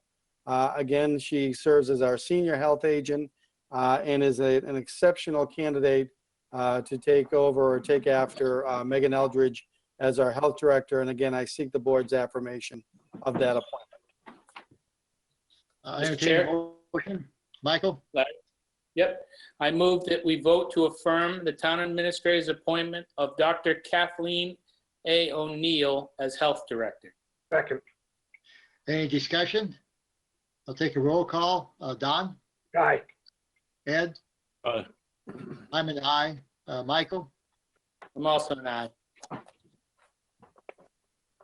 And congratulations to Kathleen again. Thank you, Mr. Chairman. Thank you, members. Mr. Chair, if I may, I'll go through some of these motions unless board members object. Not at all. I hear no objection. Michael, please go forward. Mr. Chair, I move that we approve the Board of Selectmen minutes from January 27th, 2020. Second. Any discussion? I'll take a roll call. Don, Aye. Ed, Aye. Michael, Aye. and I'm an aye. Mr. Chair, I move that we approve the 2021 seasonal common vicular license renewals for 554 Street Bar DBA Three Monkeys, 554 Route 28, Unit B, and MT Group LLC DBA Mad Minnow Bar and Kitchen, 554 Route 28. Second. Discussion? Hearing none, Larry, with such terms and conditions that have previously been associated. With such sure- term I'm sure previously, that's Michael's motion. yes. I'll start with roll call. Michael, Aye. Don, Aye. Ed, Aye. and I'm an aye. Mr. Chair, before we read these three seasonal all alcohol, I would ask the town administrator if any of these have pending hearings or any reason why we shouldn't be voting to renew tonight. There are no existing issues or pending complaints. Okay, with that, I move that we approve the 2021 seasonal all alcohol liquor license renewals for 554 Street Bar DBA Three Monkeys, 554 Route 28 Unit B, and MT Group LLC DBA Mad Minnow Bar and Kitchen, 554 Route 28, and the Phoenix Park Inc. DBA The Irish Pub, 126 Route 28, with all previous conditions voted. Second. Second, discussion? Hearing none, I'll take a roll call. Don, Aye. Ed, Aye. Michael, Aye. and I'm an aye. Mr. Chair, I move that we approve the 2021 seasonal lodging house license renewal for the Gingerbread House, 141 Division Street. Second. Discussion? Hearing none, I'll ask for a roll call vote. Ed, Aye. Michael, Aye. Don, Aye. and I'm an aye. Moving to old business. Joe, you want to start the discussion on the Verizon applications? Mr. Chairman, it's my understanding we're joined this evening from representatives and/or counsel for Verizon and the other parties involved. I believe that's what Mr. Klasnick, if I'm saying that's right, is here for this evening. At this point, I'd like to defer to anyone that wants to speak to this. I have not, as of yet, had a conversation with KP Law Attorney Sharon Everett regarding this matter. Okay. Mr. Klasnick, if you wish to comment? Yes, good evening, Mr. Chairman, members of the board. I am outside counsel for Verizon Wireless, and there are some other folks who are available as well, but if I may, I would just initially start to provide a little bit of an overview. I understand there's some questions on behalf of the board, so the request really is before this board to get a utility easement, basically to connect fiber service to a proposed small cell utility pole attachment on the property at 40 Harbor Road. Just to give this board a little bit of background, Verizon Wireless has entered into a license with Eversource to attach its small cell equipment to that utility pole. And it had previously received grant of location and consent from the town for access to the property. There were some plans, I think, included in your packet, but just to give you a brief statement of what's going to be installed on the utility pole itself, it really consists of just one small canister style antenna that's mounted to the top, and there's some other equipment that it's attached to the side of the utility pole, and including an electrical meter. And the reason really that Verizon Wireless has proposed and is proposing to install this small cell equipment is really to address its network coverage and capacity requirements in this area of Harwich. This is particularly during peak areas, times of usage. It also allows them to enhance their network performance by offloading capacity from other sites. So what we're talking about and what we have provided to the board, I think, in its packet is to complete the installation and to activate the small cell. It's just necessary to install a fiber optic connection. It has to be able to connect back into the network. So in this particular situation, what that requires is a trenching of a small area from basically the property line or wherever the handhold would be for the fiber connection, and then to the utility pole. So we're requesting this easement that will allow Verizon Wireless to move forward with installing the necessary fiber. And following the meeting, town meeting, as I understand it, Verizon would certainly work very closely with this board to prepare the necessary easement document for that purpose. What I understand from this meeting is really just to give the board of selectmen an overview. I did have an opportunity to speak with town council today, just to get a better understanding of the actual warrant article. And as I understand it, once we go through the town meeting process, what we'll be doing is coming back to the board of selectmen, presenting the easement document, further details in regards to location, and then proceeding forward to negotiate and sign that document. So what we're hoping for this evening is just, I guess, the board of selectmen to move this to the next step, which is really has been a sort of the final step in the process that Verizon Wireless has gone through to really provide enhanced service to this area of Harwich. Thank you. Thank you.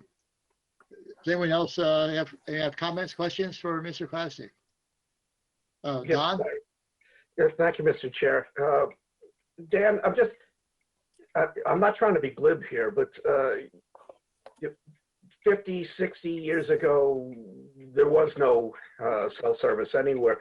So I'm thinking forward.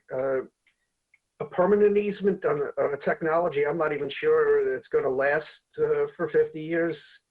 Why would that be necessary? Well, the easement is necessary to secure the necessary rights to bring the fiber to the utility pole.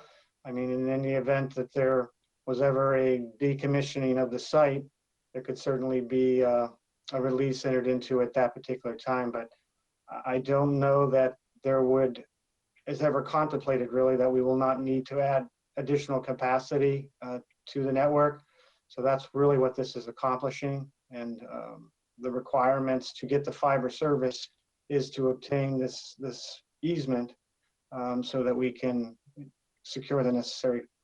But why wouldn't you memorialize that in the agreement that at such time as that easement is no longer needed, it would revert back to the town?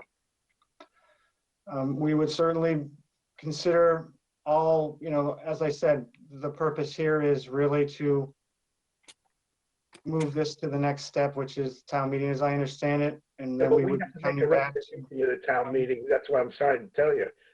Pardon me?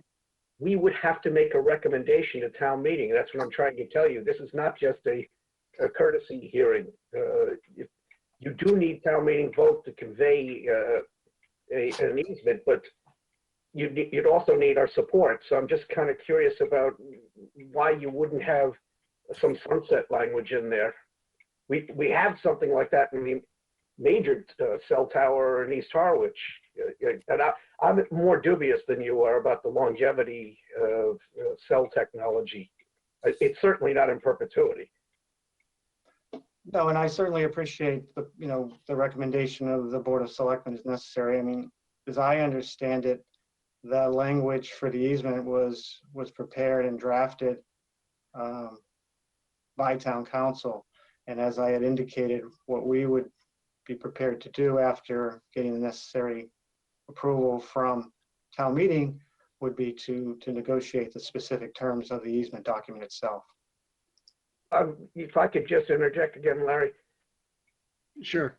In the past, we've had boards of selectmen that have done that, but I'm a purist about this. The state law that requires town meetings to approve of easements and land conveyances or certain contracts is because when the laws were passed, it was to allow the public to know what they were giving up in order to get something.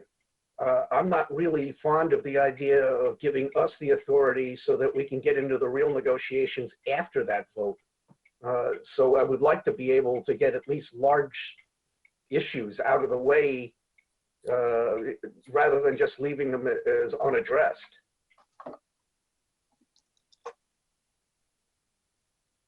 Okay, Ed?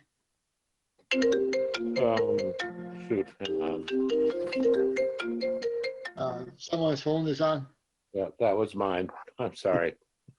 So this is purely for providing cell service to the neighboring houses?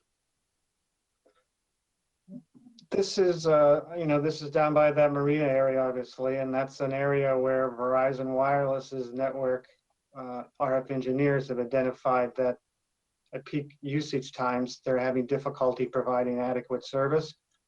So it wouldn't necessarily just be for propagating signals to the surrounding homes, but I think just looking at this from a targeted perspective, I think it's, it's intended to cover that area down by the harbor where you have a lot of usage, particularly during the summer months, and to address that capacity so that if folks, particularly in emergency situations, need to be able to utilize their wireless device, this will provide that additional capacity to make certain that the network can support it. Okay, and this is connected into your system by fiber cable? Yes, that's correct. Rather than copper? Yeah. I guess it's an issue. One of the issues that we have on the Cape is sort of a limitation on competition in cable service. And when asking Verizon about their Fios service, we were always told it wasn't possible on the Cape because it didn't make any sense to invest in putting in the fiber network. So I was really not aware that Verizon had a fiber network on the Cape to tie into. As far as servicing this facility, it will be utilizing fiber. I can't really offer any guidance as far as the other aspects.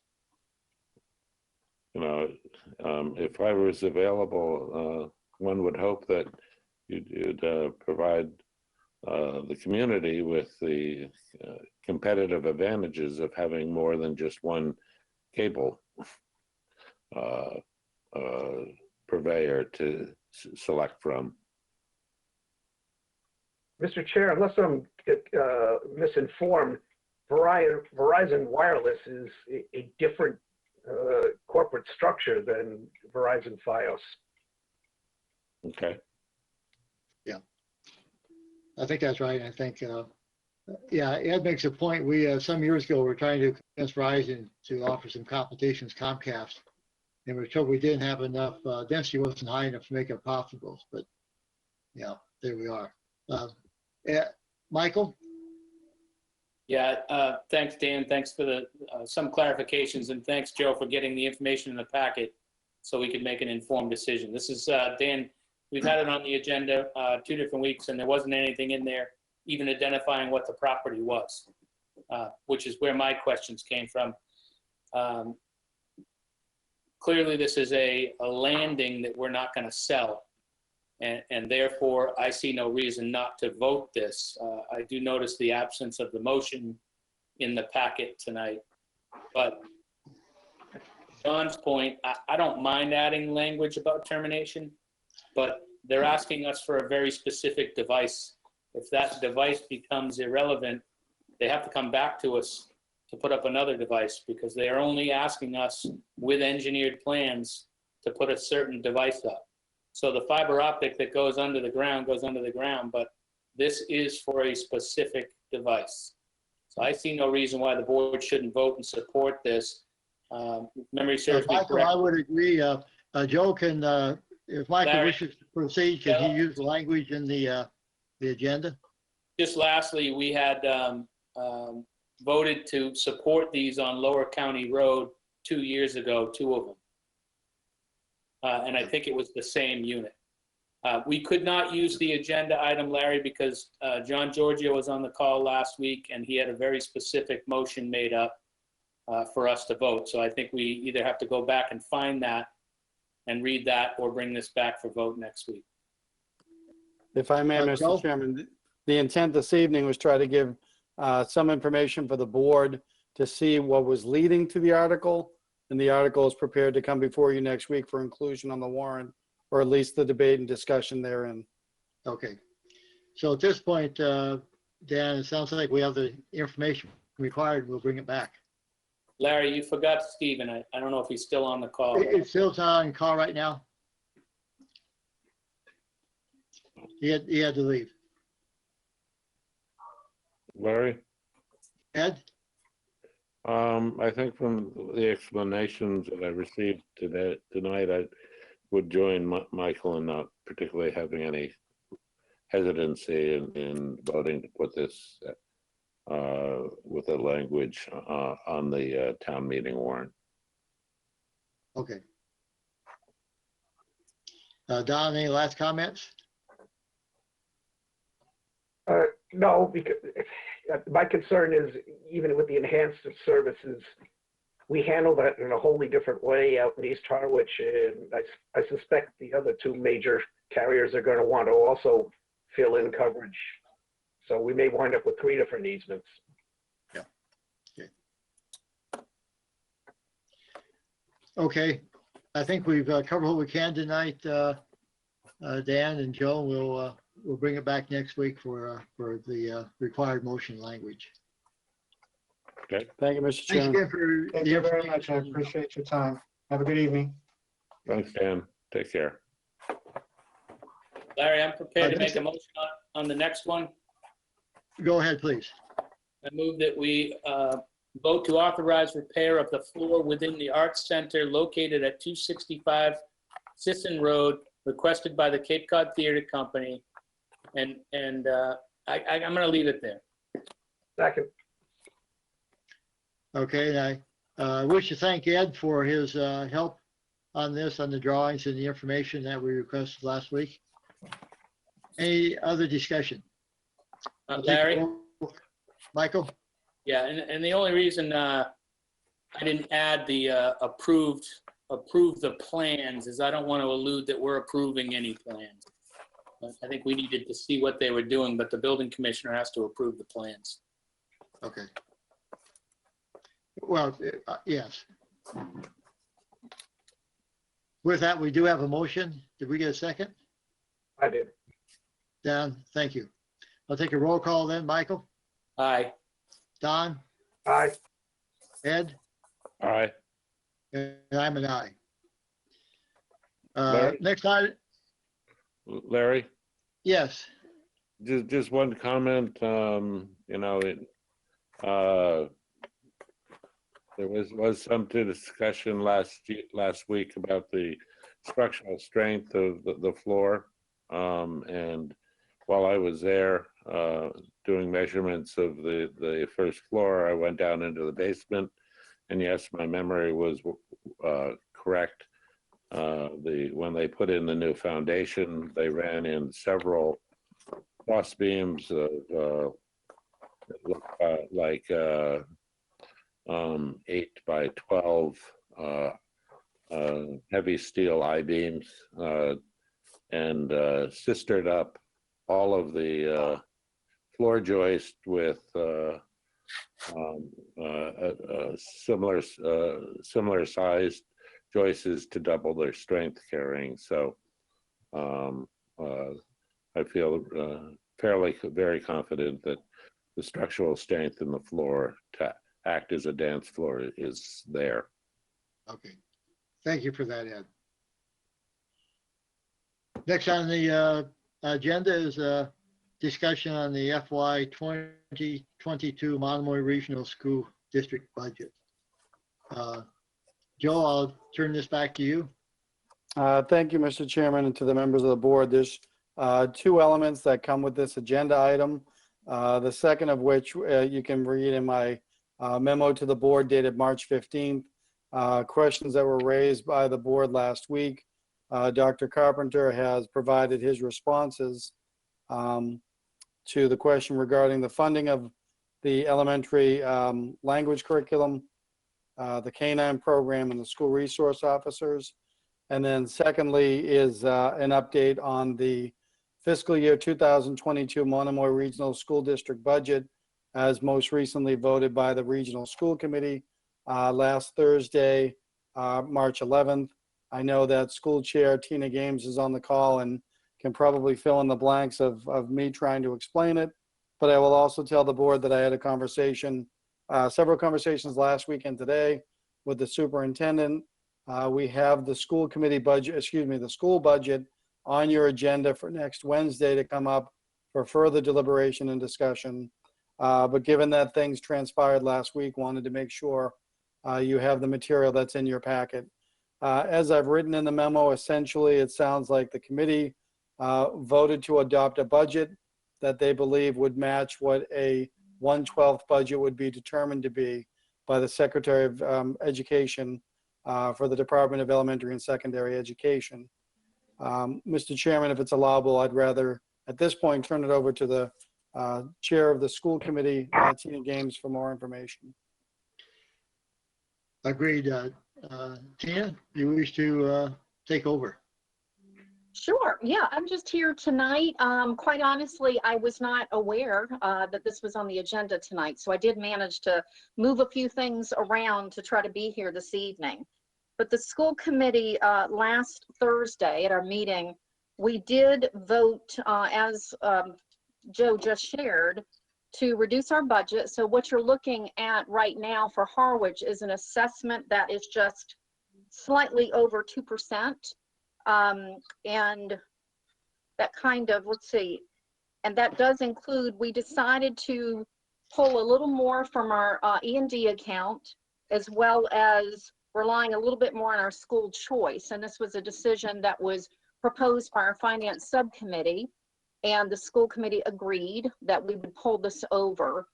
Just trying to do our part to do the best we can to put in front of you the best budget that we can, and knowing also that we still have a lot of other issues like COVID related that we have to be mindful of as well. But I'm happy to take any questions that you might have based on what's in front of you. Okay. Let me suggest, get some feedback from the rest of the board. Do you want to ask questions and make it a discussion first on the memo that Joe put together and then move on to the budget, or do you want to combine your discussion points? I'm happy, whatever works for you. I can move with whatever. I'm looking for, thank you, Tina. I'm also looking for feedback from the rest of the board on how. Any way you decide, Larry. I don't think it makes much difference. Let's just go at it generally then. And I'll ask for comments. You know, I guess my general comment going on is I certainly appreciate the decrease in the working work to decrease the overall budget. The issue that still needs to be discussed is the effort on the elementary school, and I'm not sure what your committee or how they looked at that. We're still, at least me personally, still see that as being two different items. And so I appreciate you've attacked one, but not the other yet. So I'll just throw that out there for future discussion. Don? Thank you, Mr. Chair. In fairness, the school committee, frankly, I appreciate all their efforts in this, but in fairness to them, anything that would relate to a change in the elementary school agreement is actually specified in the creation agreement. It has to go back to both town meetings and both boards of selectmen to be approved. So I suspect that this is terrific for this year, Tina. I really appreciate everything the committee did, but it's not a really durable long-term solution. The solution is going to have to rest with what Chatham is willing to do in this, and that's out of their hands. I mean, this is a goodwill gesture, and I really, like I said, I appreciate the effort because it was a budget buster for us, And it was wholly due to us subsidizing what's essentially becoming a private school if it stays the way it is.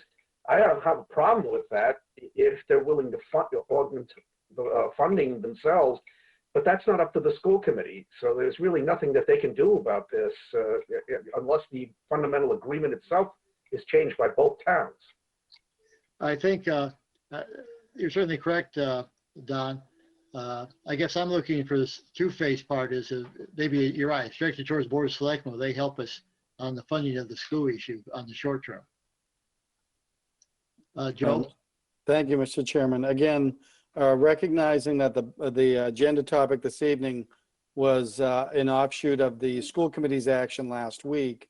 Dr. Carpenter and I talked today about the budget action, but he also updated me on new information that I'm not even sure that the school committee has been briefed on yet. And it relates to potential modifications to the regional agreement to impact upon assessments. And so Dr. Carpenter and his team are prepared to come back next week to have that discussion with the Board of Selectmen. I don't know if it's going to tie back to the school committee first or after this board, but then would also travel over to Chatham for their select board as well. So there is more information that he was able to provide late today that he's willing to discuss next week at your meeting on the 24th. Okay, thank you, Joe. Michael? Sorry, Larry, I had the agenda up. I guess I'll address the memo. I would echo Don's comments to the school committee, and I think that they've done a great job coming up with some solutions. Going to the memo,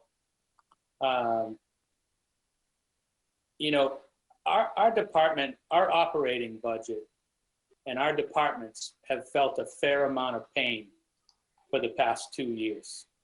And this year, the board voted to only support a 1% cost of living increase. We came in at a 0.06% increase.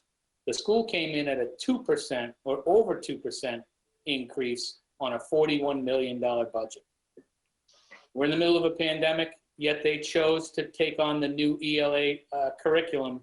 And I think that, you know, looking at the, I'm gonna pull it up here.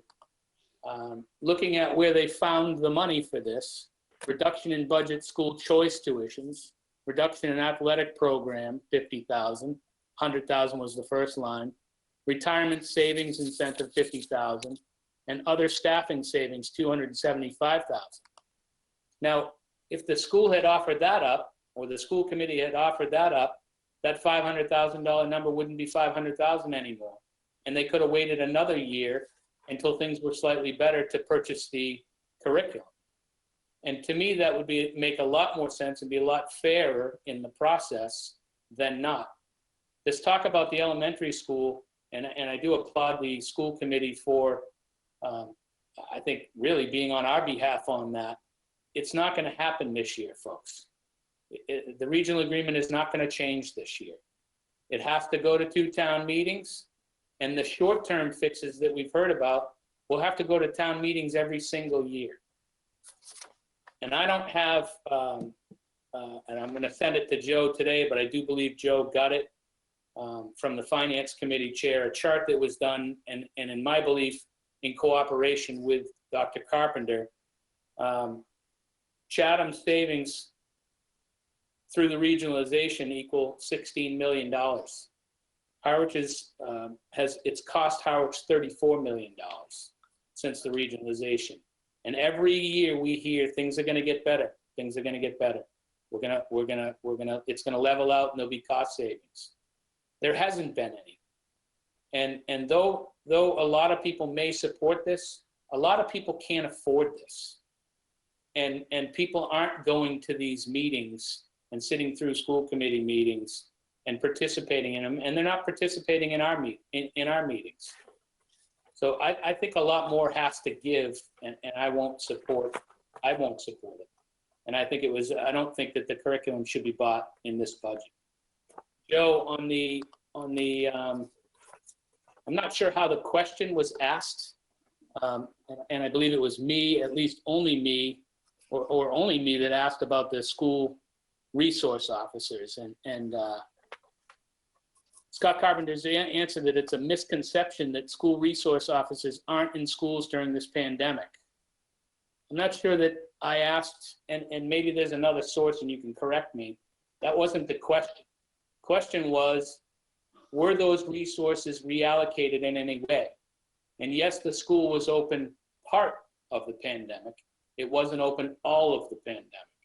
So an answer that the school resource officers were redirected to help families outside of the school or be available in the schools would be more appropriate. But a fair amount of residents have asked this question, and I don't believe that we got the actual answer to it because the schools have not been open full-time for these resource officers. So my question was, were they reallocated in any way? And I already have my answer from the police chief, but Dr. Carpenter's response, I'm not sure the question was posed correct. And thank you for the answer on the K-9 because people have asked whether or not the school and the town funded that, and that answer was a definite no. So thank you for your time, and I look forward to this coming back. And like I said, our departments felt a fair amount of pain, and I don't think the school committee quite appreciates how much pain they felt. Yeah. Thank you, Michael. Could I ask a question, Chairman, please? Sure. It would help, and I will be very transparent. I did not see the questions that went to the superintendent, nor did I see his answers. So if I could probably be a bit more effective going forward, if anybody has questions and they are directed to the superintendent, if I could at least be copied on those questions, because I would like to be a part of this dialogue as the chair. I appreciate that, Tina. Thank you for the offer. I believe it was our town administrator that asked the questions based on questions that were asked at the budget hearing for the police department, I believe. Yeah. Joe? Thank you. No, just to correct the record, the questions arose at the board's regular meeting last week when I reached out to Dr. Carpenter, as I indicated to the board that I would. He had informed me that he had watched the meeting. He was aware of the questions and understood them from watching the meeting and provided the responses as to what he believes the questions were when he watched the meeting. And to the other point, certainly going forward, I would make sure that the chair of the school committee is tied in as well. But to be clear, there was a conversation with Dr. Carpenter where he indicated he was aware of the questions from watching the meetings. Okay. Thank you, Joe. Thank you. Thank you, Joe. Ed?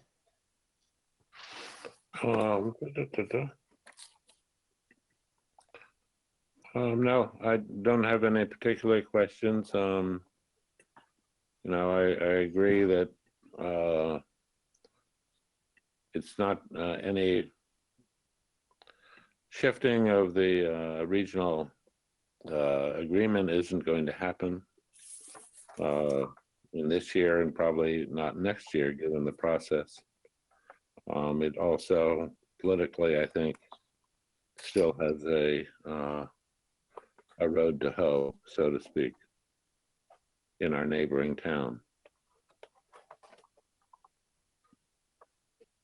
I certainly agree with that. The point I was trying to make is that the agreement's the agreement. That's going to take a couple of years that we discuss that.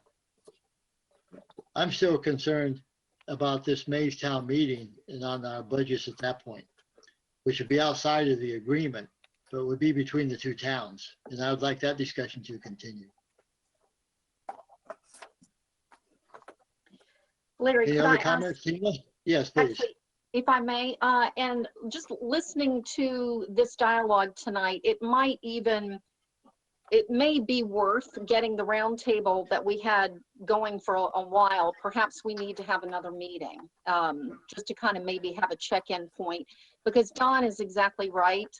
The school committee, as much as I wish we had control over this, I wish I could show up and give you the answers that you're looking for.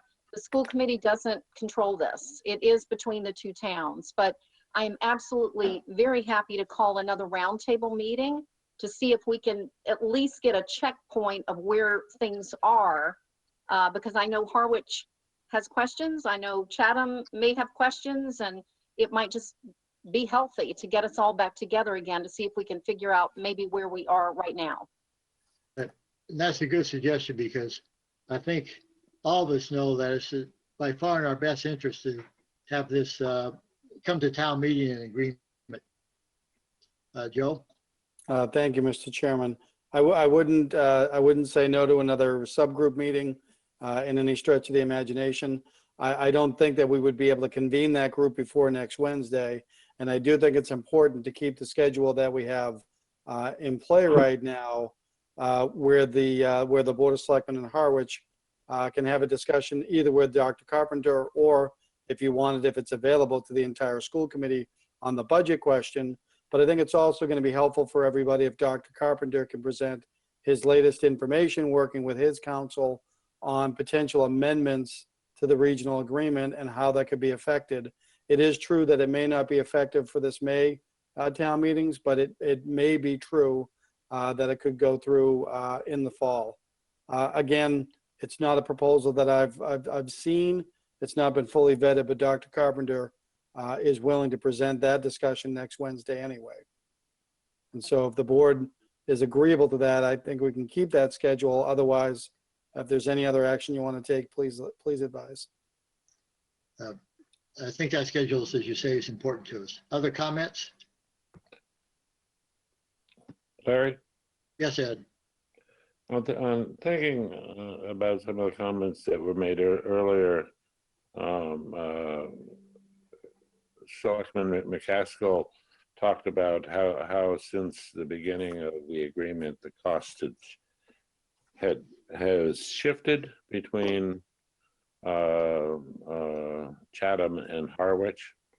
And I don't really have any doubts about the accuracy of those numbers, but in the Harwich number, the extra, the additional amount that is shifted onto our budget for the school, I know a portion of that is represented by the fact that when we did regionalize, the full cost of all of the students that were in school choice in Chatham transferred back to Harwich, whereas before regionalization, we had, I don't know, 150 students in the Chatham schools that we were only being charged $5,000 a piece for, and Chatham was at that time picking up the $5,000 or $6,000 or $7,000 a student extra. I'd like to know what of the 34 million in extra costs we're paying now. What part of that 34 million is actually realization of costs that for many years before Chatham had been subsidizing?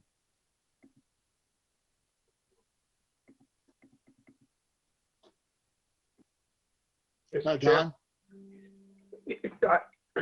I understand what Ed's driving at. I mean, but you were on the board when the negotiation was transpiring with Angelo and a bunch of others. And all I can say is I was doing driver's ed, and it didn't escape me that I was picking up kids at Chatham High School and bringing them back home to Harwich. So, I mean, that's a self-inflicted wound that we didn't recognize going in, that they were going to be repatriated.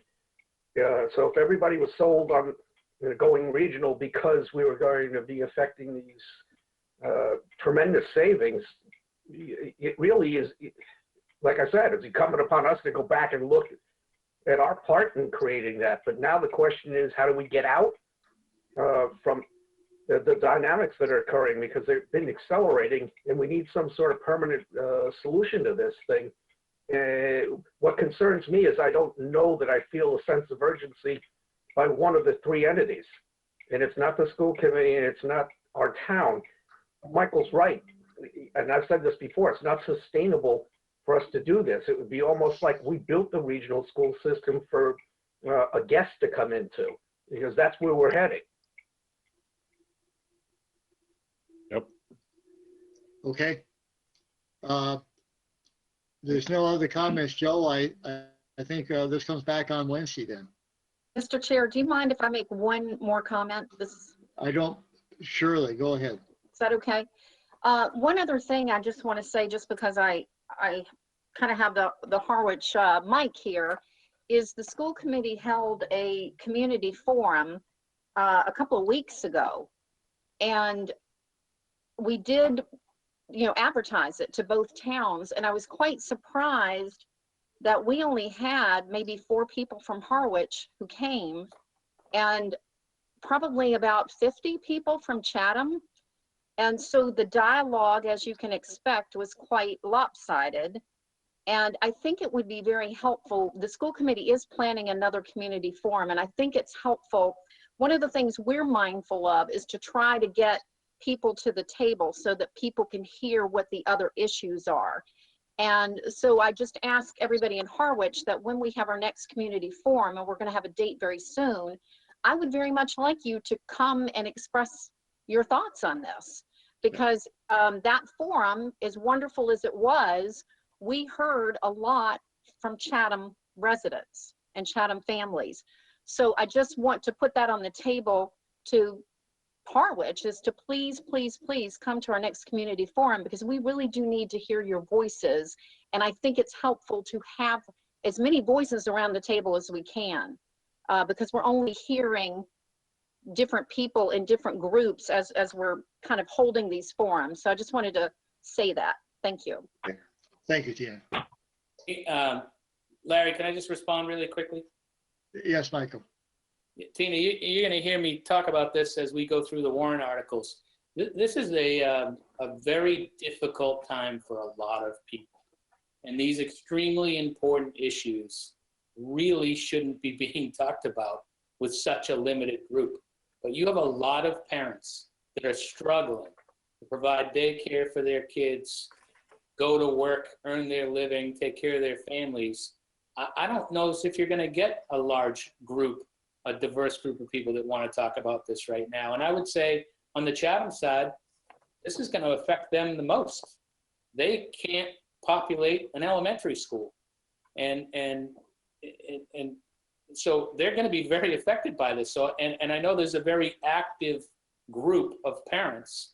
I believe there's even a group name that I'm sure filled that 50 people. I mean, and I've seen the after posts on social media about their disappointment in Harwich Selectmen not being there, and us not caring about their kids. And for me, it's not caring. My grandkids are going to go to the school. So I care a lot about it, but these are challenging times for people. And I'm not sure what the answer is for meetings, but I don't think we're going to get a lot of people there. But let's hope.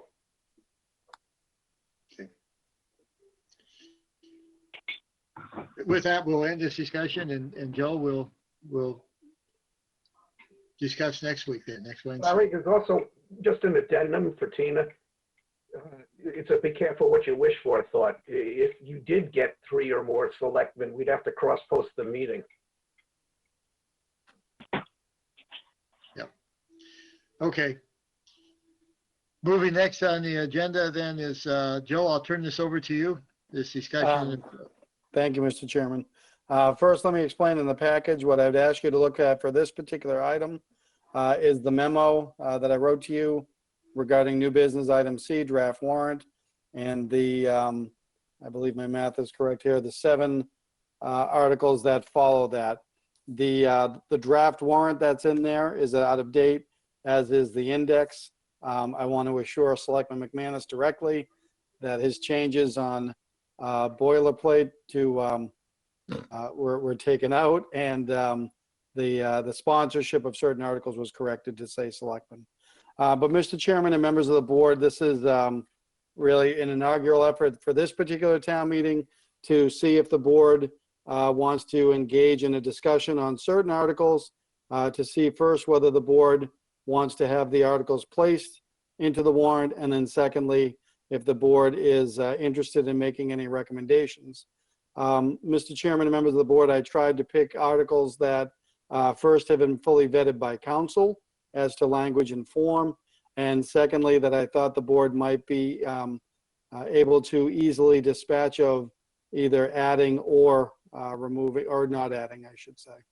So I'm prepared to go through them, Mr. Chairman, but looking to see if the board is willing to take first motions to place in the warrant, and then if you are deemed it ready, motions to make recommendations on the articles. Okay. And I would ask you to focus on the ones in the memorandum. Okay, let me start with the first one, amend the town seal. I suggested that to Joel several months ago when I thought we were going to have, I guess we all thought COVID-19 would be over. And the purpose was to follow some of the examples of Mashpee, for instance, and have just start a discussion on this. I feel that we obviously have a great town seal, but if it offends people, we can make a minor change. It's worthwhile to consider. With what's going on, I would suggest that this not go forward. And I would like to bring this back as a agenda item right after town meeting so we get this fully vetted before the next meeting. I'll second that. Yeah, I'll point out that we never actually voted to include it. It was placed by the chair there, so there's nothing, we don't have, unless we plan on affirmatively voting, this will just die on its own for this particular town meeting. Correct. That's correct. So we just won't go forward with that one. Then we have, I think, Ed, you agree with that? Yeah. And my intent then will be to bring it back for a discussion because I do think we owe it to people to at least have a discussion on this, on their concerns. Thank you, Mr. Chairman. If I can proceed down the list, as the board may recall, the same evening that you were contemplating the hotel motel short-term rental rooms excise, there was discussion about possibly creating a wastewater special purpose stabilization fund. This was first originated to create a holding place, if you will, for those funds to be taken out of the excise and put into the special purpose fund. Given the board's actions on those two other items, and from how I understood the board's discussion, the language you see in front of you for this article would take half of the 4% current excise and put it straight into a special purpose stabilization. So the question before the board is, do you want to have this contained in the warrant? And are you prepared to make any recommendations on it? Do we have the comment? Don? Yeah, I'm largely with Michael on these things about discussions that could go on forever in this context. And frankly, I understood this to be married at the hip with the concept of accepting the extra 2% local option tax and not allowing it to just go straight into the town's general fund. We're not doing that. And frankly, if we're going to be doing one, going to town meeting, we'd be doing the other. But there's no purpose in just having a vacant debate about this unless we wanted to actually take away half of our available resources to fund departments in the general government. Where it is right now, the 4% does that. It was the extra 2 that we were looking at putting into this, but we're not going to do that this year. Other comments? My only comment, I agree with Don. My only comment is if the board had conversations about the 4% that we already charge and wanted to allocate a percentage of the 4%, then I would definitely entertain putting this before town meeting. But I see no reason we can't wait for a year for that because we're given a little bit of latitude on what ends up in the general fund anyway. Yeah, I would agree with that, although we have in the past created a stabilization fund before we funded it. So this is not a precedent, I don't think, in that regard. So we had it available for future use. Doesn't it capture 2% specifically? The draft language does. Yeah, that's what I'm saying. It really does have an action. It's not just okay. Okay. Point taken. But the draft language could be eliminated and simply just use this as a vehicle to create the stabilization fund. And that we have done before, as I said. Yes. Michael? My only other thought on this is I think that we should spend a year at town meeting with nothing that says wastewater in front of it.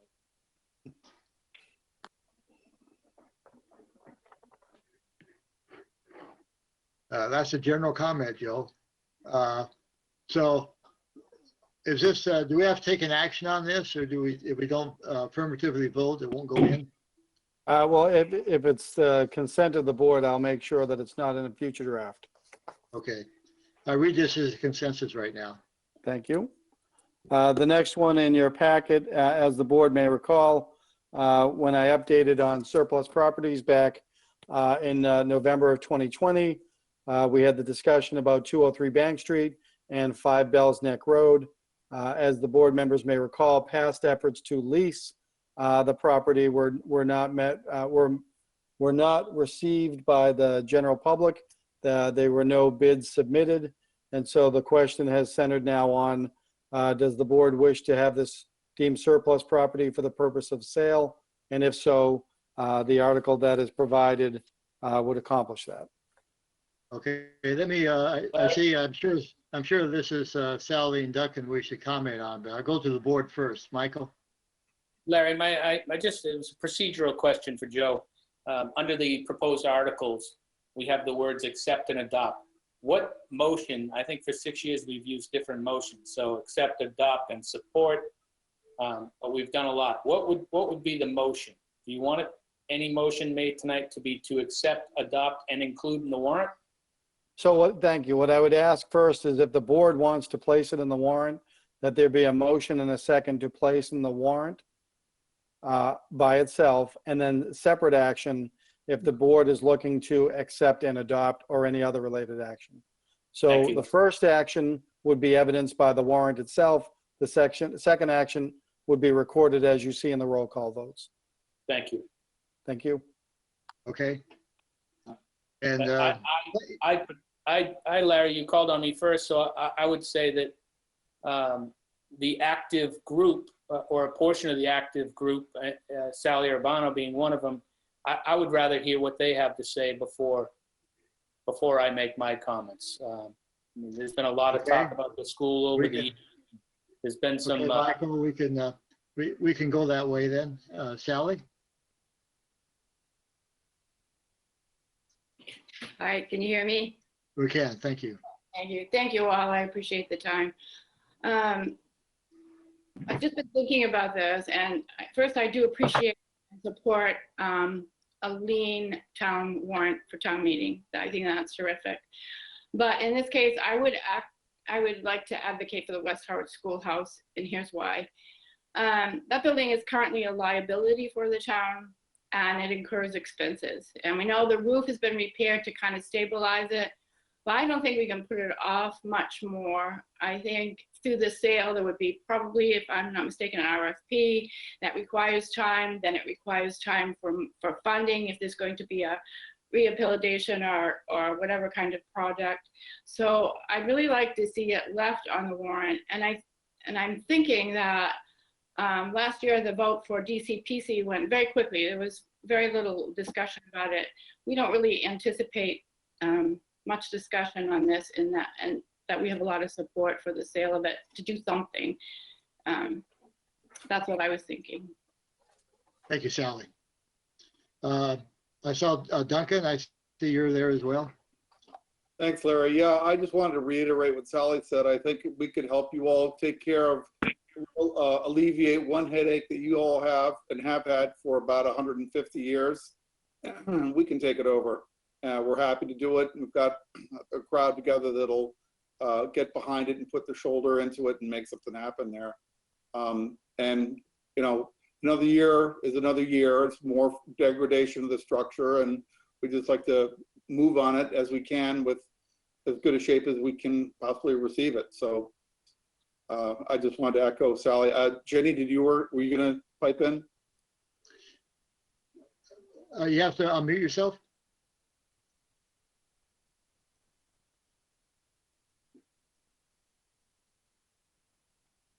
Jenny, you have to unmute at the bottom of the screen under your cursor.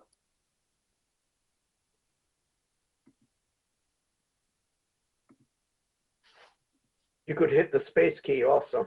There we go. There you go. They're unmuted. You're unmuted now, so. Apparently not. Huh. You're You have a- showing to us as you're unmuted, but we can't hear you. Is your volume up on your keyboard? Is your microphone turned on? It's probably more fundamental in the program. You have to specify what you're using for the Well, microphone. We have to, while she's doing that, Duncan and Sally, either of you care to you have an idea of what their comments are going to be?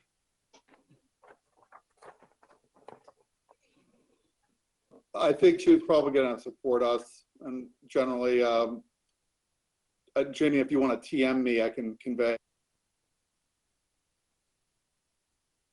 Okay, unfortunately, Jenny, we'll have to move on then. If it just work, we'll put you on later. Michael, I'll come back to you.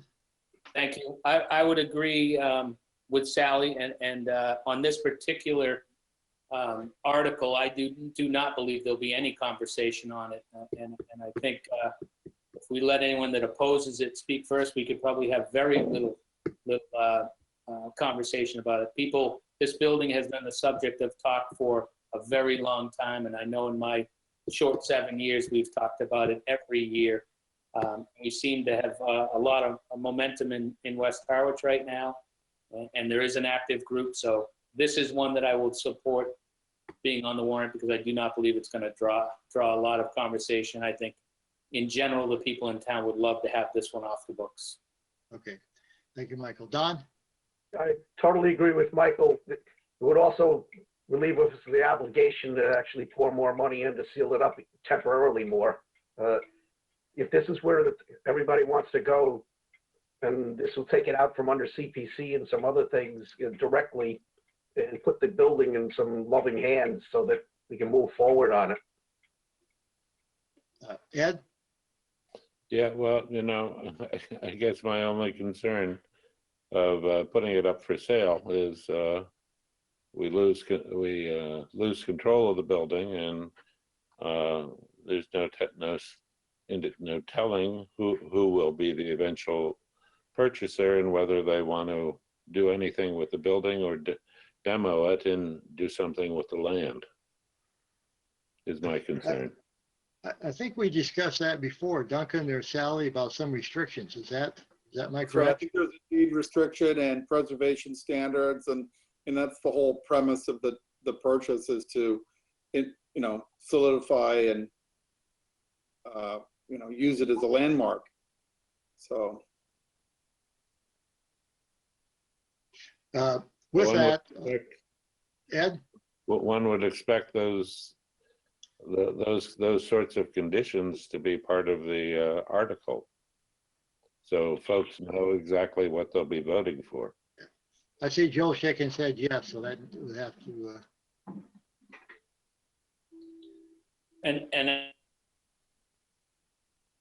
And Joe, I'm a fan of trying to get things done, as I'm sure you are, and some direction, as I often say. We don't have a complete article here. So I guess we could vote to include this in the warrant tonight with the stipulation that the article come back for us for the support piece, or vote later to take it out of the warrant, because if we make I think we got to be cognizant of what we put for language and restrictions in there, because I don't believe in the procurement laws that we're going to be able to cater this to one group of buyers. And that's where I see this getting hung up at town meeting is description. Joe, if I understand the direction, if we can vote tonight to place it in the article, and then it comes back to us with the final language for it to adopt and approve. Sure, if I may, Mr. Chairman, I just want to emphasize that I didn't want to take any liberties with this. What I've presented, the reason why it's written this way is that would accomplish the sale. I certainly agree with the comments made by Selectmen McManus and McCaskill, so that if the board is interested in refining that, And I'm always interested in direction as well, so I can add that language if that's the either consensus or the intent of the board, is to make sure that the article is strengthened to incorporate language to a sale of a certain type of groups that may account for preservation of the building and or the history of the property. Unless I hear objection, my read is that's our consensus. Ed? Yeah, you know, the sale will need to be contingent on having a historic preservation restriction on the building, and I'm not. I think we should look into whether or not that restriction is something that also needs to be approved by town meeting, and if it is, see if we can provide that restriction as part of this article, so we don't get held up for another year waiting for that to be approved. Joe, why don't we bring this back then? Understood. Thank you. Mr. Chairman, the next three are customary articles where we support the promotion of the town of Harwich by partnering with the Chamber of Commerce, defray the costs for the other libraries in towns, and a supplemental allocation on behalf of the local cultural council. I entertain the motion. Larry, I'm prepared to make the motions, or Please, Don. go ahead. All right, I'm prepared to make the motions. I move that we approve. Joe, you don't want article numbers because there isn't any, right? Correct. Thank you. Okay, I move that we approve, place in the warrant, promote the town of Harwich in the amount of $30,000. Second. Discussion? Hearing none, I'll take a roll call. Michael? Aye. Don? Aye. Ed? Aye. And I'm an aye. You want to go with the next one, Michael? Yep. I move that we place in the warrant article, defray the expenses of the Chase Library and Harwich Port Library in the amount of $20,000. Second. Discussion? None. I'll go for a roll call. Don? Aye. Ed? Aye. Michael? Aye. To vote? I'm gonna go back. I'm gonna go back if I can to the promote the town of Harwich. Right. I move that we accept and adopt warrant article, promote the town of Harwich in the amount of $30,000.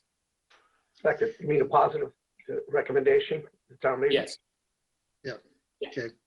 I think that's what Joe told me he wanted. Thank you. Yes, thank you. Take a roll call. Ed? Well, I don't see is where we have taking positions on the articles on our agenda, so I'm going to abstain. So if I could just make a quick discussion, the intent of discussion and possible vote draft warrants matches the actions you've done last year. It was intentionally meant to be broad enough so that you could have any range of discussion and any range of votes. I would argue it's not precluded at this point if the board wants to so act. Okay. And I agree with that, Joe, and I think that the information in the packet is you put those two pieces in there, and the title of the agenda item definitely covers us. And if Ed wants to clarify it more, I think it's important that we go into town meeting, especially on these ones that are not controversial as a group, and without missing selectmen. So, Ed, if you're not comfortable with it, I have no problem not accepting and adopting tonight, though I think we're covered. When we take that action, I would rather have that explicitly on our agenda as the action we're taking. Okay, I'll move on to the next article, and I'll withdraw my motion I'll withdraw on that. Withdraw your So second. these Okay. three will come back next week, Joe, with different language on the agenda. Are you still looking to place them in the warrant, or are you looking to do it all? No, those are done. All right, I We didn't even, voted to place, we I voted to didn't place hear it the in the, supplemental for local council. The, that one the, we have, Michael? okay, Joe, just to clarify, the accept and adopt is what on these three that we'll bring back next week, not the We actual. voted to put it on the agenda, yeah. Understood, thank you. The inclusion vote's already happened, Joe. Correct. All right. So with that, I move that we approve warrant article supplement annual allocation of Mass Cultural Council for the local cultural council grants in the amount of $3,600. Second. Discussion? Thank you, Joe, for correcting that. Thank you for noticing. This And week at Larry- last. Okay, we have a motion and a second. Larry? Discussion? Yes, Michael. Nope, go ahead and vote. I got something after that. Okay, we'll go for vote then. Mike, I'll let you vote first then. Aye. Don, Aye. Ed, Aye. and I'm an aye. So those are now, Joe, placed in the warrant. Michael, you have the comment now? Just thinking, and we still have Sally Urbano and Virginia Doyle online. I don't see Duncan, but I was just thinking back to the Bell's Neck. If we voted to include in the warrant the sale of Bell's Neck tonight, it still has to come back to the board if town meeting does it, and we still have to vote the procurement process and what the RFP to say. All we're gonna do tonight, if we do it, is vote and put it on the warrant to sell it. And then the Board of Selectmen would then take up the RFP process and the conditions after the fact. So I don't personally see any harm in voting to sell the building tonight, given that there's going to be another process involved to go forward. Because if we don't agree and on an RFP, then it doesn't get sold and it goes back to town meeting a year later. So in kind of the spirit of keeping the town administrator rolling and hitting all of our tickets on voting, I don't think we're going to should be postponing things that seem like easy votes. That's just my thought. We should make a motion. I'm willing to. Before he makes the motion, could I also point out that another alternate way of proceeding forward without having to worry about the language this week or next is included in the motion at town meeting. If we wanted to restrict it further, so that there are other possibilities beyond over the next week or two. We can clarify going forward is what I was also trying to make early on. Michael, go ahead.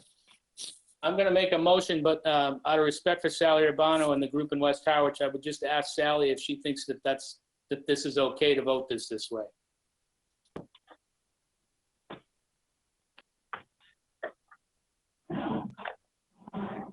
Yeah, okay. Yes, I think exactly right. And thank you for bringing that up. That was the way I thought it needed to go. I always thought that it would be up for sale when we had the conversation. And then there would be an RFP, and then the Board of Selectmen will sort of designate what they want in that RFP. So I think that's perfect. Thank you. And then last question to Joe Powers, is our Chief Procurement Officer. Is that the way you read it as well, Joe? It is. However, I do agree with Selectman Howell that a motion to that effect at town meeting provided by the Finance Committee Chair that all parties agree to strengthens that. The absence of it doesn't hurt the board, but the presence of it strengthens it. Okay, thank you. That's kind of what I was thinking. Okay, with that, let me find it. Let me find it again. Okay. I move that we include warrant article to authorize the sale of 5 Bell's Neck Road in the warrant. Second. Other discussion? Ed? Yeah, I've been wanting to see this building preserved for quite some time.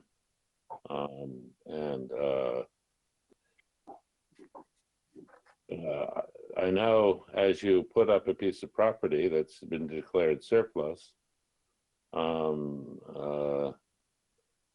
there are limitations on what you can require, unless you've taken some sort of affirmative act, like placing a conservation easement on the property or placing a historic preservation easement on the property. And I'm not sure that that's something that the selectmen in a RFP can vote to do by themselves without town meeting agreeing with that.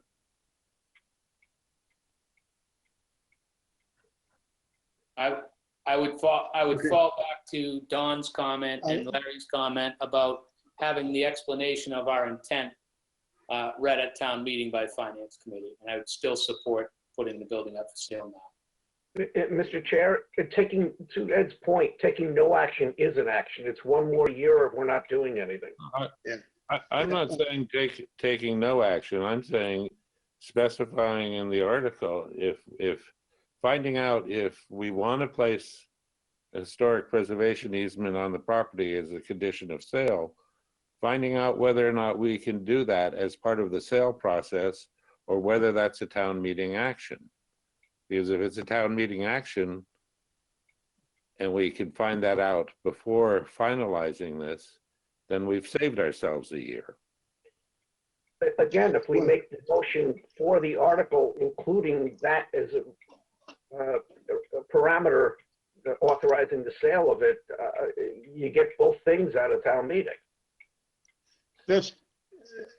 We have a motion and a second to put this into Joel's hands to move forward with the correct language. Let's go ahead. I'd like to take a vote on it. Michael? Aye. Don? Aye. Ed? Abstain. Abstain, and I'm an aye. Okay, Joel, next on the agenda is the ongoing discussion on the CWMP. Mr. Chairman, very quickly, just the customary article on herring fisheries. Oh, I'm sorry. I missed that. Michael, you wish to motion that on the, put it on the warrant? Yes. I move that we include in the warrant the customary herring fisheries warrant article. Second.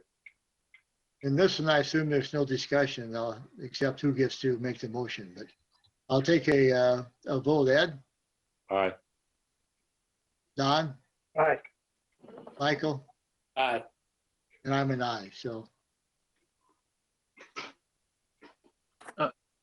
Larry? Yes. John? I know I said I wouldn't speak, but could I just speak for a couple of minutes here? If I may?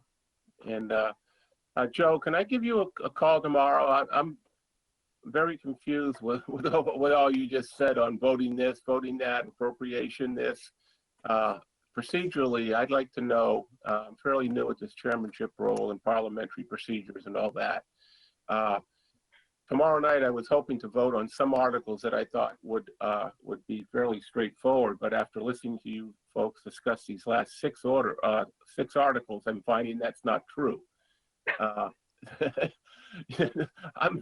So if I could call you tomorrow, Joe, or if you want to send me a text or an email telling me would be a good time just to discuss what I can do or not do tomorrow night, because judging by what I just heard, I probably shouldn't be voting on any warrants until you vote on them first. Well, I would argue that there are 4 articles that your committee could take up shortly.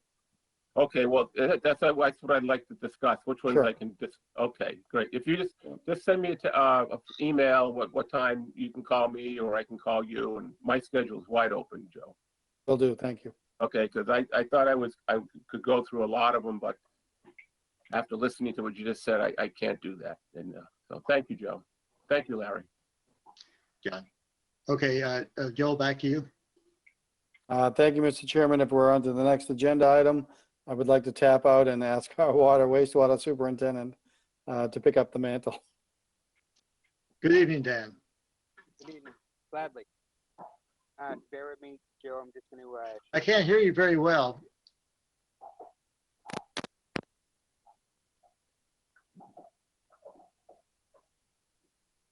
You hear me now? A little better, yes.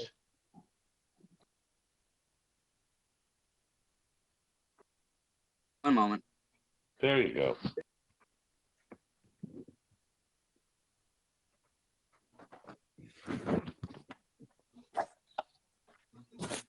All right. Is everyone see the screen? Yes. Okay, great. So what I wanted to cover tonight was the updated DHY cost review. So before I jump into the numbers, those who have not been following along, or just to bring everybody up to speed as to what we're talking about. Just gonna go to the next slide.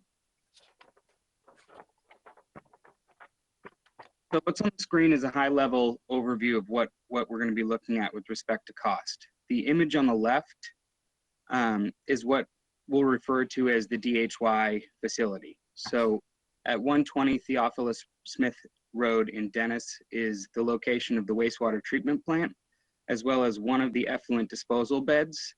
And the second effluent disposal bed for the first build is at the Bass River Golf Course in South Yarmouth. You'll see there's a couple of other red dots on the screen. Those are other effluent recharge sites that are later out that would be needed for the DHY facility in the future.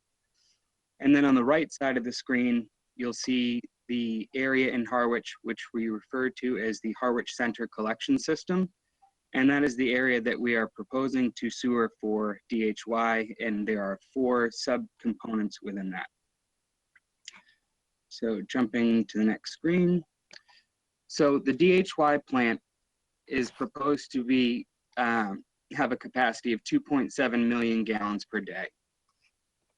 The wastewater treatment plant itself is approximately $103.4 million, and the effluent recharge sites associated with that are an additional 22.48 million, for a total of $125,880,000, and that's for the total wastewater treatment plant and effluent recharge site. Now that entire cost is going to be distributed amongst the 3 towns based upon the percentage of flow that they're committing. So in the columns to the right, you'll see Dennis committed 1 million gallons, Harwich 300,000, and Yarmouth 1.4 million. So I'm going to go through the Harwich numbers. That reflects us owning an 11% of the cost, which equates to $11.48 million for the treatment plant, about 2.5 for the effluent recharge sites, for a total of approximately 14 million total for the DHY treatment plant and effluent recharge sites. Additional details for the effluent recharge sites are here on the right. You can see their capacity and estimated cost, but those are also included in the numbers I just talked about.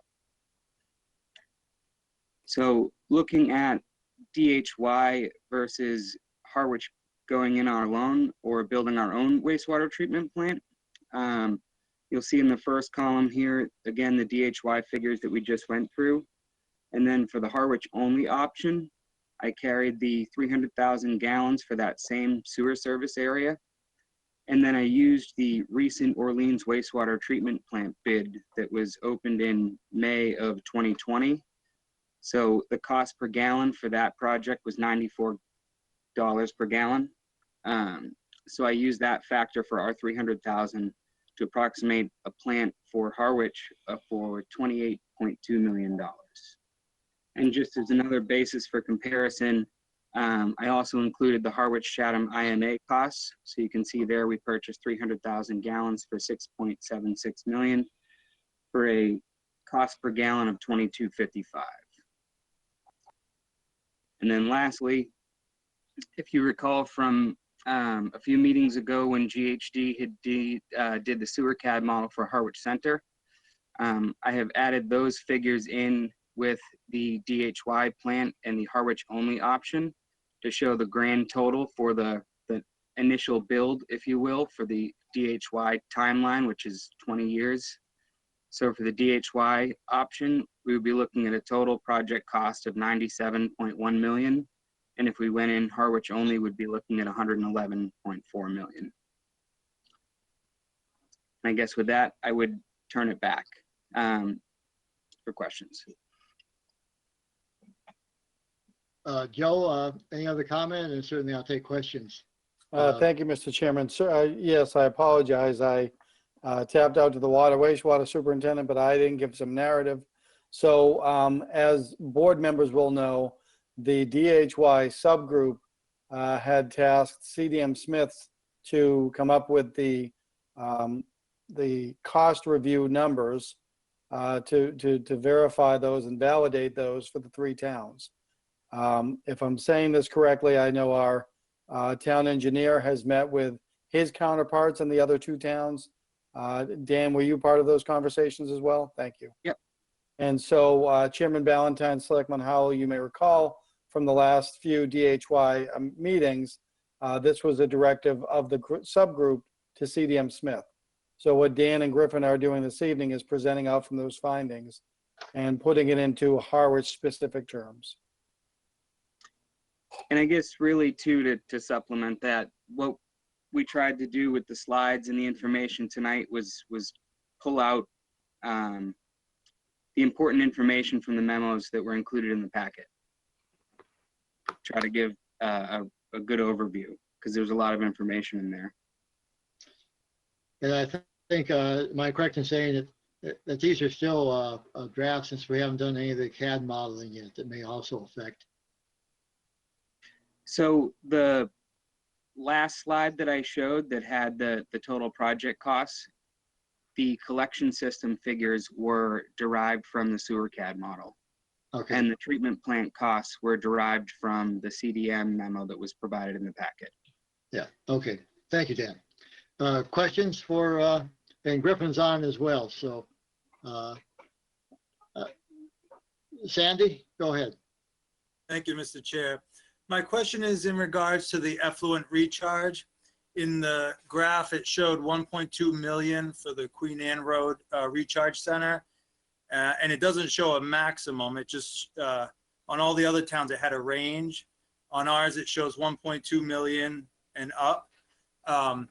And it seems that we could be taking much more effluent recharge than we're sending to DHY, meaning that the net effect is we're taking more effluent from, say, Yarmouth or Dennis.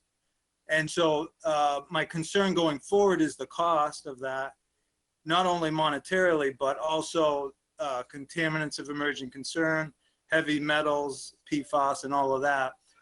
Whereas if we did a plant in-house, maybe our Harwich water would be cleaner than Yarmouth water. I don't know that. It could be in reverse. I'm just throwing it out there as a consideration when we talk about cost. And then my final point is I really commend the idea of taking the whole package and reevaluating the costs and pros and cons of different technologies. But I'm a little confused as to how we can bring DHY to the warrant when we haven't really done the reevaluation that we've committed to. Thank you, Mr. Chair. You, Sandy. Do you want me to? Dan, yes, certainly the recharge is. Yeah, go ahead. so the recharge sites that were identified in the table in the presentation were derived also in the CWMP. The sites are identified and there's an assumed recharge rate, and those are done for planning purposes. So in all actuality, Harwich is gonna end up sending, if we send all of the remaining effluent to the DHY plant, we'll be sending about 1 million gallons per day. And then if that site can hold 1.2 and there is a need for it, there is a possibility that Harwich could take an additional amount above that. That would all have to be negotiated through the IMA subgroup as well as Harwich. The contaminants emerging concern, with that, you and I have discussed the topic before. At the end of the day, a centralized collection and treatment facility allows you to treat and remove contaminants. So those effluents are regulated, unlike ones that, Title V systems and things like that. And with respect to the 300,000 gallons and alternative technologies. There's a number of areas in town that need 100% nitrogen removal, that even if we have a great IA technology, we will still need to sewer certain areas of town. So getting into DHY at, a capacity that is 1/3 the projected of our remaining generated effluent, I think is a reasonable thing to do. And it really an incredible cost savings to the town. Thank you, Dan. Go to then to the, Sandy, one, Just to make it clear, it sounds like we may potentially send 1 million gallons per day. The graph shows a minimum, or I don't know if it's a minimum, but of 1.2 and beyond. So there's no language in the agreement with DHY, and this is what concerns me, that we wouldn't be taking 2 million gallons per day. And once we vote this new entity, we would lose control. I just think it might behoove us to put some language in there, addressing the Harwich concerns of, kind of limiting. I don't think there's an appetite to take 2 million if we're sending 1 million. That was the point. Just restate. Right. Thank you. Okay, thank you, Sandy. At the savings of potentially $14 million, the operation of an effluent site is, a discharge either above surface or subsurface. So everything's out there. Okay. Thank you for that point, Sandy. We will move on to the selectmen. I guess I'll start. This was to bring us up to speed. Does anyone have a comment? I do. Yeah, Let me go to Don first, and then Michael. I certainly appreciate it, because I've watched these guys participate in the working group too, what they bring to the table. My concern, especially where we are in the town meeting warrant, is particularly not just what we're doing, but when we're doing it, because there's a lot of, the moment we approve DHY, we're immediately, inferentially having to approve a warrant article for a payment to that. And I've been saying this for a while, the other two towns are in the same circumstance. We're going to have to completely resequence our CWMP. And this isn't really anything that Griffin and Dan you're involved with, because we're trading certain things to get other things. But in the resequencing, we've got some pretty heavy upfront costs that are going to require borrowings. I just want to point that out. And we only have about, 6 weeks where we can iron this out if this is the town meeting we're doing it. And the final comment is, regardless of what Sandy was saying, the folks who are involved with those meetings know this for a fact. This is a straight up or down vote for the exact same warrant article at each of the 3 different towns. It cannot be a different article that we pass, because you're adopting the same agreement. We can't twiddle it for us so that it gives us what we want in a particular area, if that has any effect whatsoever on Yarmouth and Dennis, because that's not the way this works. They want the same article, the same language to be addressed at each town meeting. Thank you, Don. Michael, you wish to comment? Yeah, I would echo some of Don's comments. I wish that the topic read different tonight, and I could just make a motion not to include it in the warrant.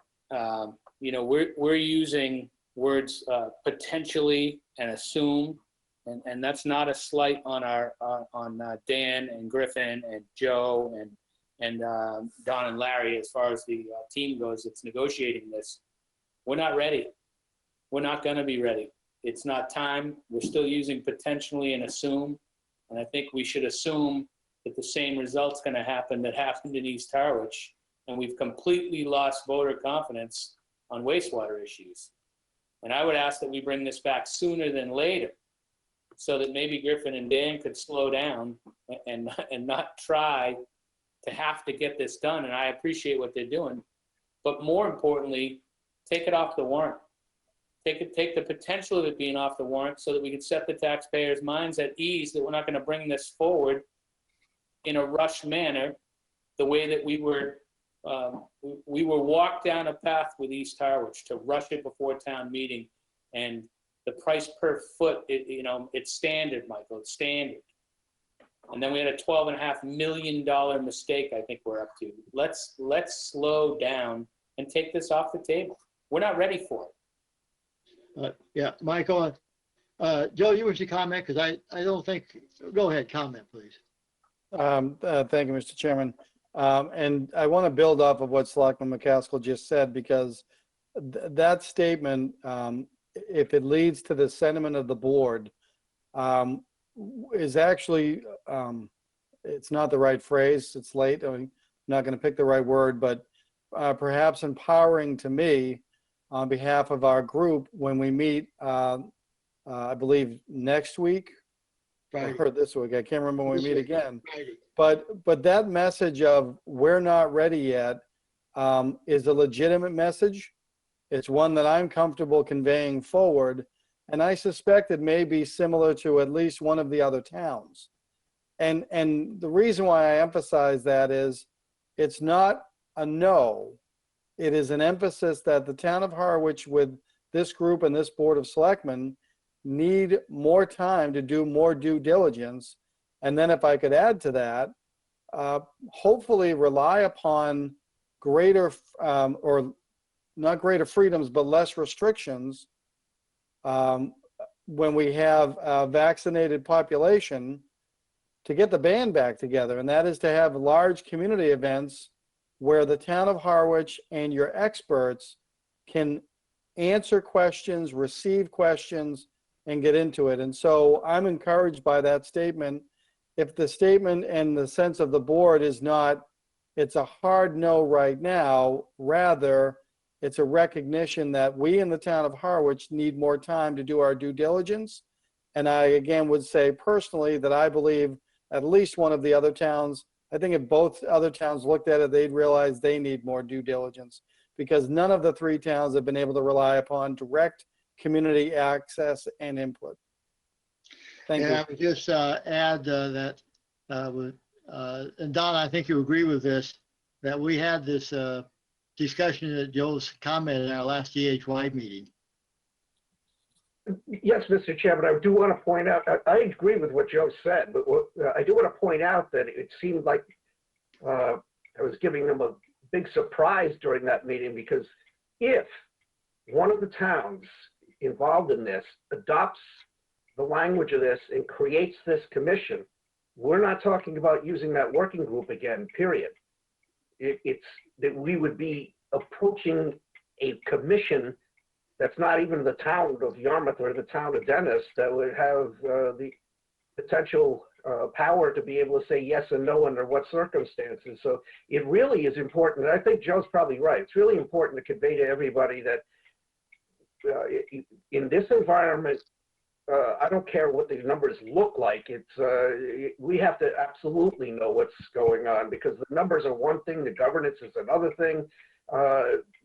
This conversation should not be happening 5 or 6 weeks in advance of a town meeting, and yet all three towns are going to be doing that. If one town passes this, this whole discussion becomes a different thing. I don't. I take your point. It'd be hard for me to believe that one town will just move ahead on their own.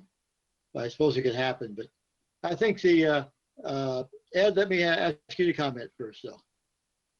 Well, correct me if I'm wrong, but as I understood it, the partnership only gets formed if all three towns voted. Vote to join it. Actually, No, they all agree. They'd have to rewrite the agreement for two towns. They couldn't do it right away, but they could certainly go on their own, or one town could just go on their own. Well, I mean, one town doesn't. Instead, they don't need an agreement. They don't need an agreement. They'd be agree. They're on their own then. Two Yeah. towns would have to go back with another spatial legislation in the whole process. Mr. So Chair, I that'd didn't be come recommended. to that opinion on my own. That was floated at the DHY meeting, and there was absolutely no one who disputed it. Well, Yeah. two towns. Well, I think what what our mission is, though, is what our position in Harwich, and I like what Joel said, is that we're not ready. Rather not, that we're still working on it. We're gathering information, and I would like that message to go forward. Yeah, Larry, I agree with you. I think we need to have much more community process on this. But you know, if one town wants to do a treatment plant and a sewer system in their town, they just do it. If Right. two towns want to join together, they don't need special legislation. They can do it through an intermunicipal agreement between the two towns. It's only when you get to this third town that the special legislation is required to create the DHY authority or whatever it's called. Okay. So Joe, Larry, Michael? can we put this on the agenda next week, the warrant article, so that we can vote not to put it on? Yes, I think Joe will do that. And then I would ask that, you know, I think this was a very good conversation, and I have to thank Joe Powers for his comments on it. And you know, I've said it from the beginning, we have to be in the race. We don't have to win it. And I understand the urgency to the other towns. We're $32 million ahead of them right now. Conservation Law Foundation, if they come review the Cape, we're in the top 4. We're doing a great job, and the taxpayers are paying their share. And there's a lot of questions, not just related to Dennis, Harwich, Yarmouth. There's a lot of questions that have been asked and not answered based on other parts, renegotiating with the town of Chatham and maybe sending the flow that we're not sending there. We've purchased 300,000 gallons. So there's a lot of unanswered questions, and I think the sooner we can set the residents or taxpayers' minds at ease, the better. And I would hope that we could do that next week. Joe, with your consent, we'll bring this back. Dan, if you were to say something, Larry. Yes, thank you. That's what I was going to say. Who? Yeah. Our wastewater superintendent. If Our I can wastewater just- superintendent, I remember you. if I can just use the opportunity, you know, if the consensus is that we're not ready for DHY and where we are at with town meeting, may I throw out there for consideration the thought of putting maybe a wastewater article in there for some funds to support revising the CWMP and doing the work research that we need to do to you know, to build the trust, if you will. I think that's a great idea myself, but Ed? Yeah, I think, you know, that's, if we're saying we need more information and more developed, then we need to have a way to pay for that. And I think Dan, the superintendent's suggestion is more than logical. It's probably the only honest way to go forward. Larry? Michael? I think Dan's idea is great. I would just ask where we're going to find that money. So I think that this is a much broader conversation, but we're already raising the tax levy 4.3%. And we're already, and I'm not sure what the most negative number is based on where the school's at. But I do think that it's a much broader conversation. Unless we're going to take it from somewhere else, we're going to throw another number at the taxpayers. Don? Yeah, the more fundamental question isn't that at all. I guess I'm going to have to be the bad guy here. Some of the assumptions that are having to be accepted to be able to develop where we're at now and not so independently are coming from the same guy who gave us the cost estimates in East Harwich about that.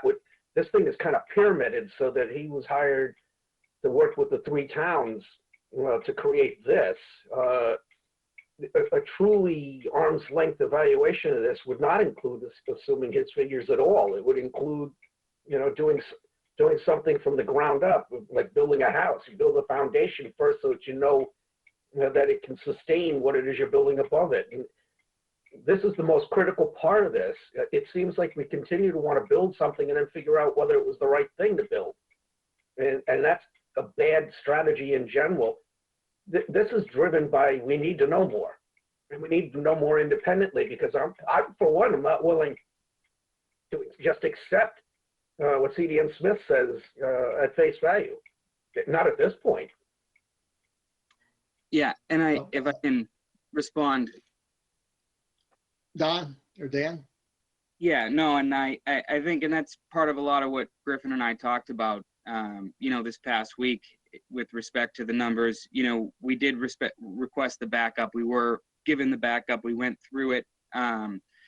Given that we got at the end of last week, haven't had the opportunity yet to, really dig in on our own, aside from looking at what they've provided us as support. But I guess my opinion would be, I don't know if 103.4 million is the right number for the plant, but even if it was twice that, it would still be cheaper than building our own. And again, I don't disagree that it would be too early to try to do this town meeting. I mean, this big of a decision. I agree with where you're going, but that was my preface, I guess, that I forgot to mention. So. Well, that's Ed.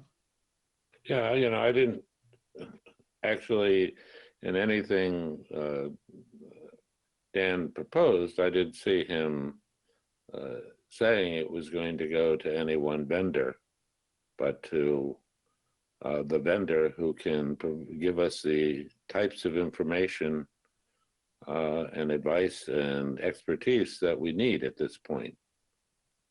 And if we're unhappy with our previous vendor, then it's definitely not going to be them. Joe, I guess we'll move this back to your court.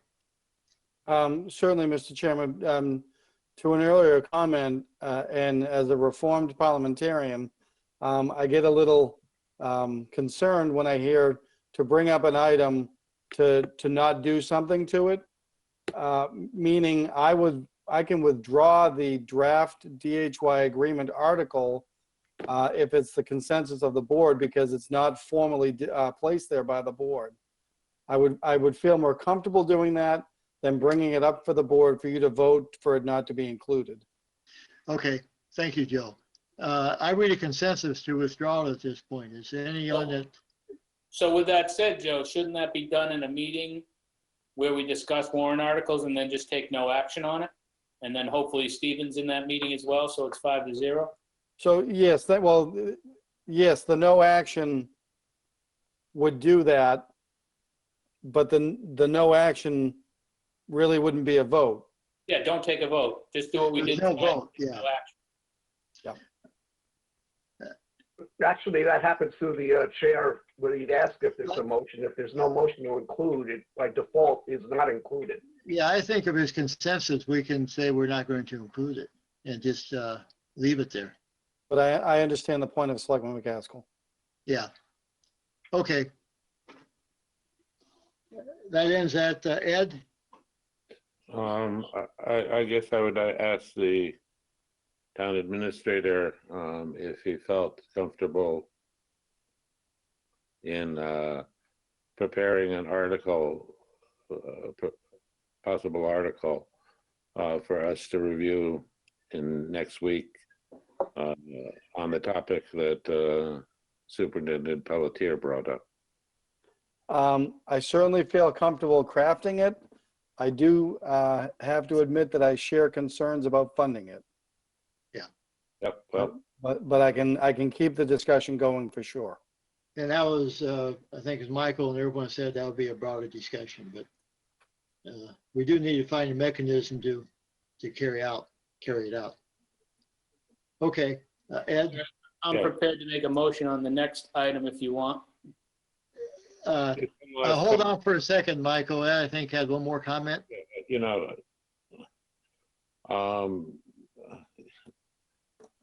I would hate for us be in a position next year of trying to think about articles to put together for a year, town meeting a year from now, and saying, well, we can't really decide this because we haven't done any work because we didn't have any funds to do the necessary work to help make those decisions.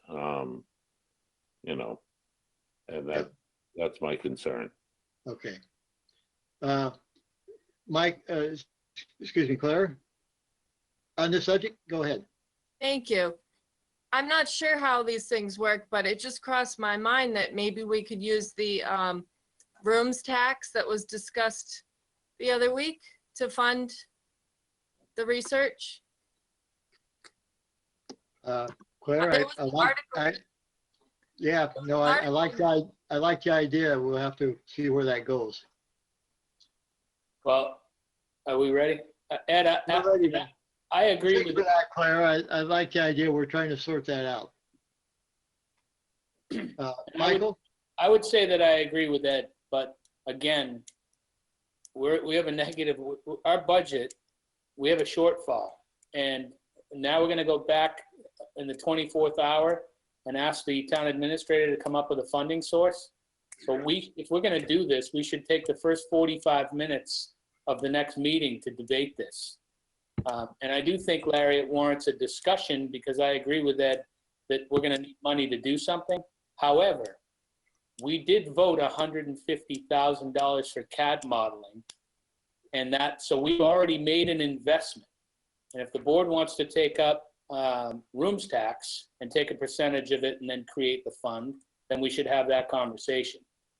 But tonight, I guess I don't think it's the time to discuss any of this. It should be an agenda item that we debate, because I don't see where we're going to take money from unless the school just shows up with a check for their negative and gives us another 500,000.